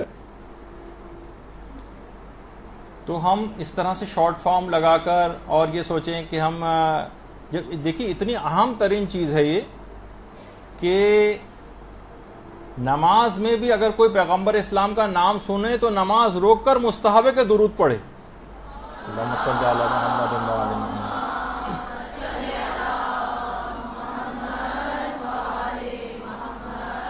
تو عام زندگی میں اس کی کیسی اجازت مل جائے گی کہ آپ پورا درود نہ پڑھیں یا آپ صلی اللہ علیہ وآلہ وسلم کے بجائے صلی اللہ علیہ وسلم یا صلی وسلم یا اس طرح کی کوئی چیز کہیں؟ یعنی کوئی یہ اس چیز کو کیسے بگاڑ سکتا ہے؟ تو خود دیکھیے باقاعدہ منیت المرید میں بھی، یعنی اپنی آنکھوں سے نہیں دیکھا، البتہ ایک عالم نے کوٹ کیا ہے کہ اس منیت المرید کے اندر بھی ہے کہ شہید ثانی نے لکھا کہ جس آدمی نے سب سے پہلے اس کام کو شروع کیا تھا کہ معصومین کے نام کے ساتھ پورا درود لکھنے کے بجائے صرف سواد یا سین لکھنا شروع کیا تھا، اس کے دونوں ہاتھ شل اور ناکارہ ہو گئے تھے. تو اتنا یعنی اتنی کاہلی کیا کہ پوری کتاب لکھ رہے ہیں، اس میں ہمارا ہاتھ ٹوٹے جا رہے ہیں درود کو پورا لکھنے میں. کوئی چیز ہم لکھ رہے ہیں، کوئی مضمون لکھ رہے ہیں، کوئی چیز لکھ رہے ہیں، تو اس میں درود ساتھ میں کیوں نہیں لکھا جا رہا ہے پورا؟ یا اس کو انتہائی شارٹ فارم میں ایسی چیز کیوں بنایا جا رہا ہے صلی اللہ علیہ وسلم یا صلی اللہ علیہ وسلم ٹائپ کی چیز؟ تو اور یہ بھی کہا کہ باقاعدہ کچھ علماء کی تحقیق بھی کہ سب سے پہلے اس چیز کا جو آغاز کیا تھا کہ مقدس کلمات کو حروف کی صورت میں لکھنا، یہ یہودیوں نے شروع کیا تھا. اور شاید یہ بھی ہے کہ وہ تمام افراد کے جو کہ دشمنی اہل بیت کوئی دل میں رکھتے ہیں اور وہ درود ان کی زبان کے اوپر جاری نہیں ہوتا، کسی وجہ سے ہو سکتا ہے اس قسم کے الفاظ جو ہے انہوں نے ایجاد کیے ہوں تاکہ وہ درود زبانوں ہی کے اوپر نہ جاری ہو سکے. اور یہ الگ بات ہے کہ جو علم العادات وغیرہ ہے، ابھی آپ کے فوراً دماغ میں فوراً سوال علم العادات کے سلسلے میں آنے لگیں گے، تو اس پہ ہماری انشاءاللہ کبھی اور گفتگو ہوگی. البتہ یہ کوئی شرعی علوم نہیں ہے، اتنا صرف بتا دیا جائے، لیکن تفصیل کبھی اور. بس دو مسئلے اس میں اور باقی رہ گئے ہیں، بسم اللہ کے سلسلے میں اور بات ختم ہو جائے گی. کہ کیا یہ بسم اللہ الرحمن الرحیم جزو سورہ ہے؟ ہمارے علماء کی ایک بڑی تعداد اسے سورے کا جز مانتی، سوائے آقا سیستانی کے اختلاف کے، جو بھی کچھ اور علماء کا بھی اس سلسلے کے اندر ابھی بات آگے بیان ہوگی. اور خود علماء اہل سنت میں بھی جو 3 گروہ ہیں، خود فقہ شافعی کے اندر ضروری ہے کہ سورے سے پہلے بسم اللہ پڑھی جائے. یہ صرف ہم اکیلے ہی نہیں یہ بات کہتے ہیں، خود فقہ شافعی میں بھی. البتہ ان کے اندر ہے کہ جہری نمازوں میں بلند آواز سے کہی جائے اور اخفاتی نمازوں میں آہستہ آواز سے بسم اللہ پڑھی جائے. فقہ حنبلی میں ضروری تو ہے بسم اللہ پڑھنا سورے سے پہلے، لیکن دل ہی دل میں، زبان پہ نہ ہو، دل ہی دل میں پڑھی جائے. یہی وجہ ہے کہ جو لوگ خانہ کعبہ اور مسجد نبی وغیرہ نماز کے لیے جب جاتے ہیں اور وہ جا کے اکثر حیران ہوتے ہیں کہ تکبیرۃ الاحرام کے بعد بہت دیر بعد الحمدللہ رب العالمین کی آواز آتی ہے اور بسم اللہ نہیں ہوتی، تو وہ دل ہی دل میں فقہ حنبلی والے پڑھتے ہیں، کیونکہ وہاں فقہ حنبلی ہے سعودی عرب میں. اسی طریقے سے فقہ مالکی اور فقہ حنفی میں بہت سے علماء کہتے ہیں کہ ممنوع ہے. البتہ آقا خوئی نے لکھا ہے کہ ان کے بھی علماء کی کثیر تعداد اس کی قائل ہے، اگرچہ وہ عمل اس کے خلاف کرتے ہیں. تو بہرحال اب اتنا وقت نہیں ہے اس کی بھی تفصیل میں جانے کا. اور آیت اللہ سیستانی بسم اللہ الرحمن الرحیم کو سورہ الحمد کا تو جز سمجھتے ہیں، البتہ دیگر سوروں کے جز ہونے میں اشکال کو سمجھتے ہیں کہ اس میں اشکال ہے. دیگر سوروں میں بسم اللہ جز نہیں ہے سوروں کا. یہ آقا سیستانی کا ایک انفرادی مسئلہ. باقی سب علماء تو اس کے قائل ہیں کہ بسم اللہ الحمد کے علاوہ دیگر سوروں کا بھی جز ہے، لیکن آقا سیستانی کہتے ہیں صرف الحمد کا جز ہے، باقی سوروں کا جز نہیں.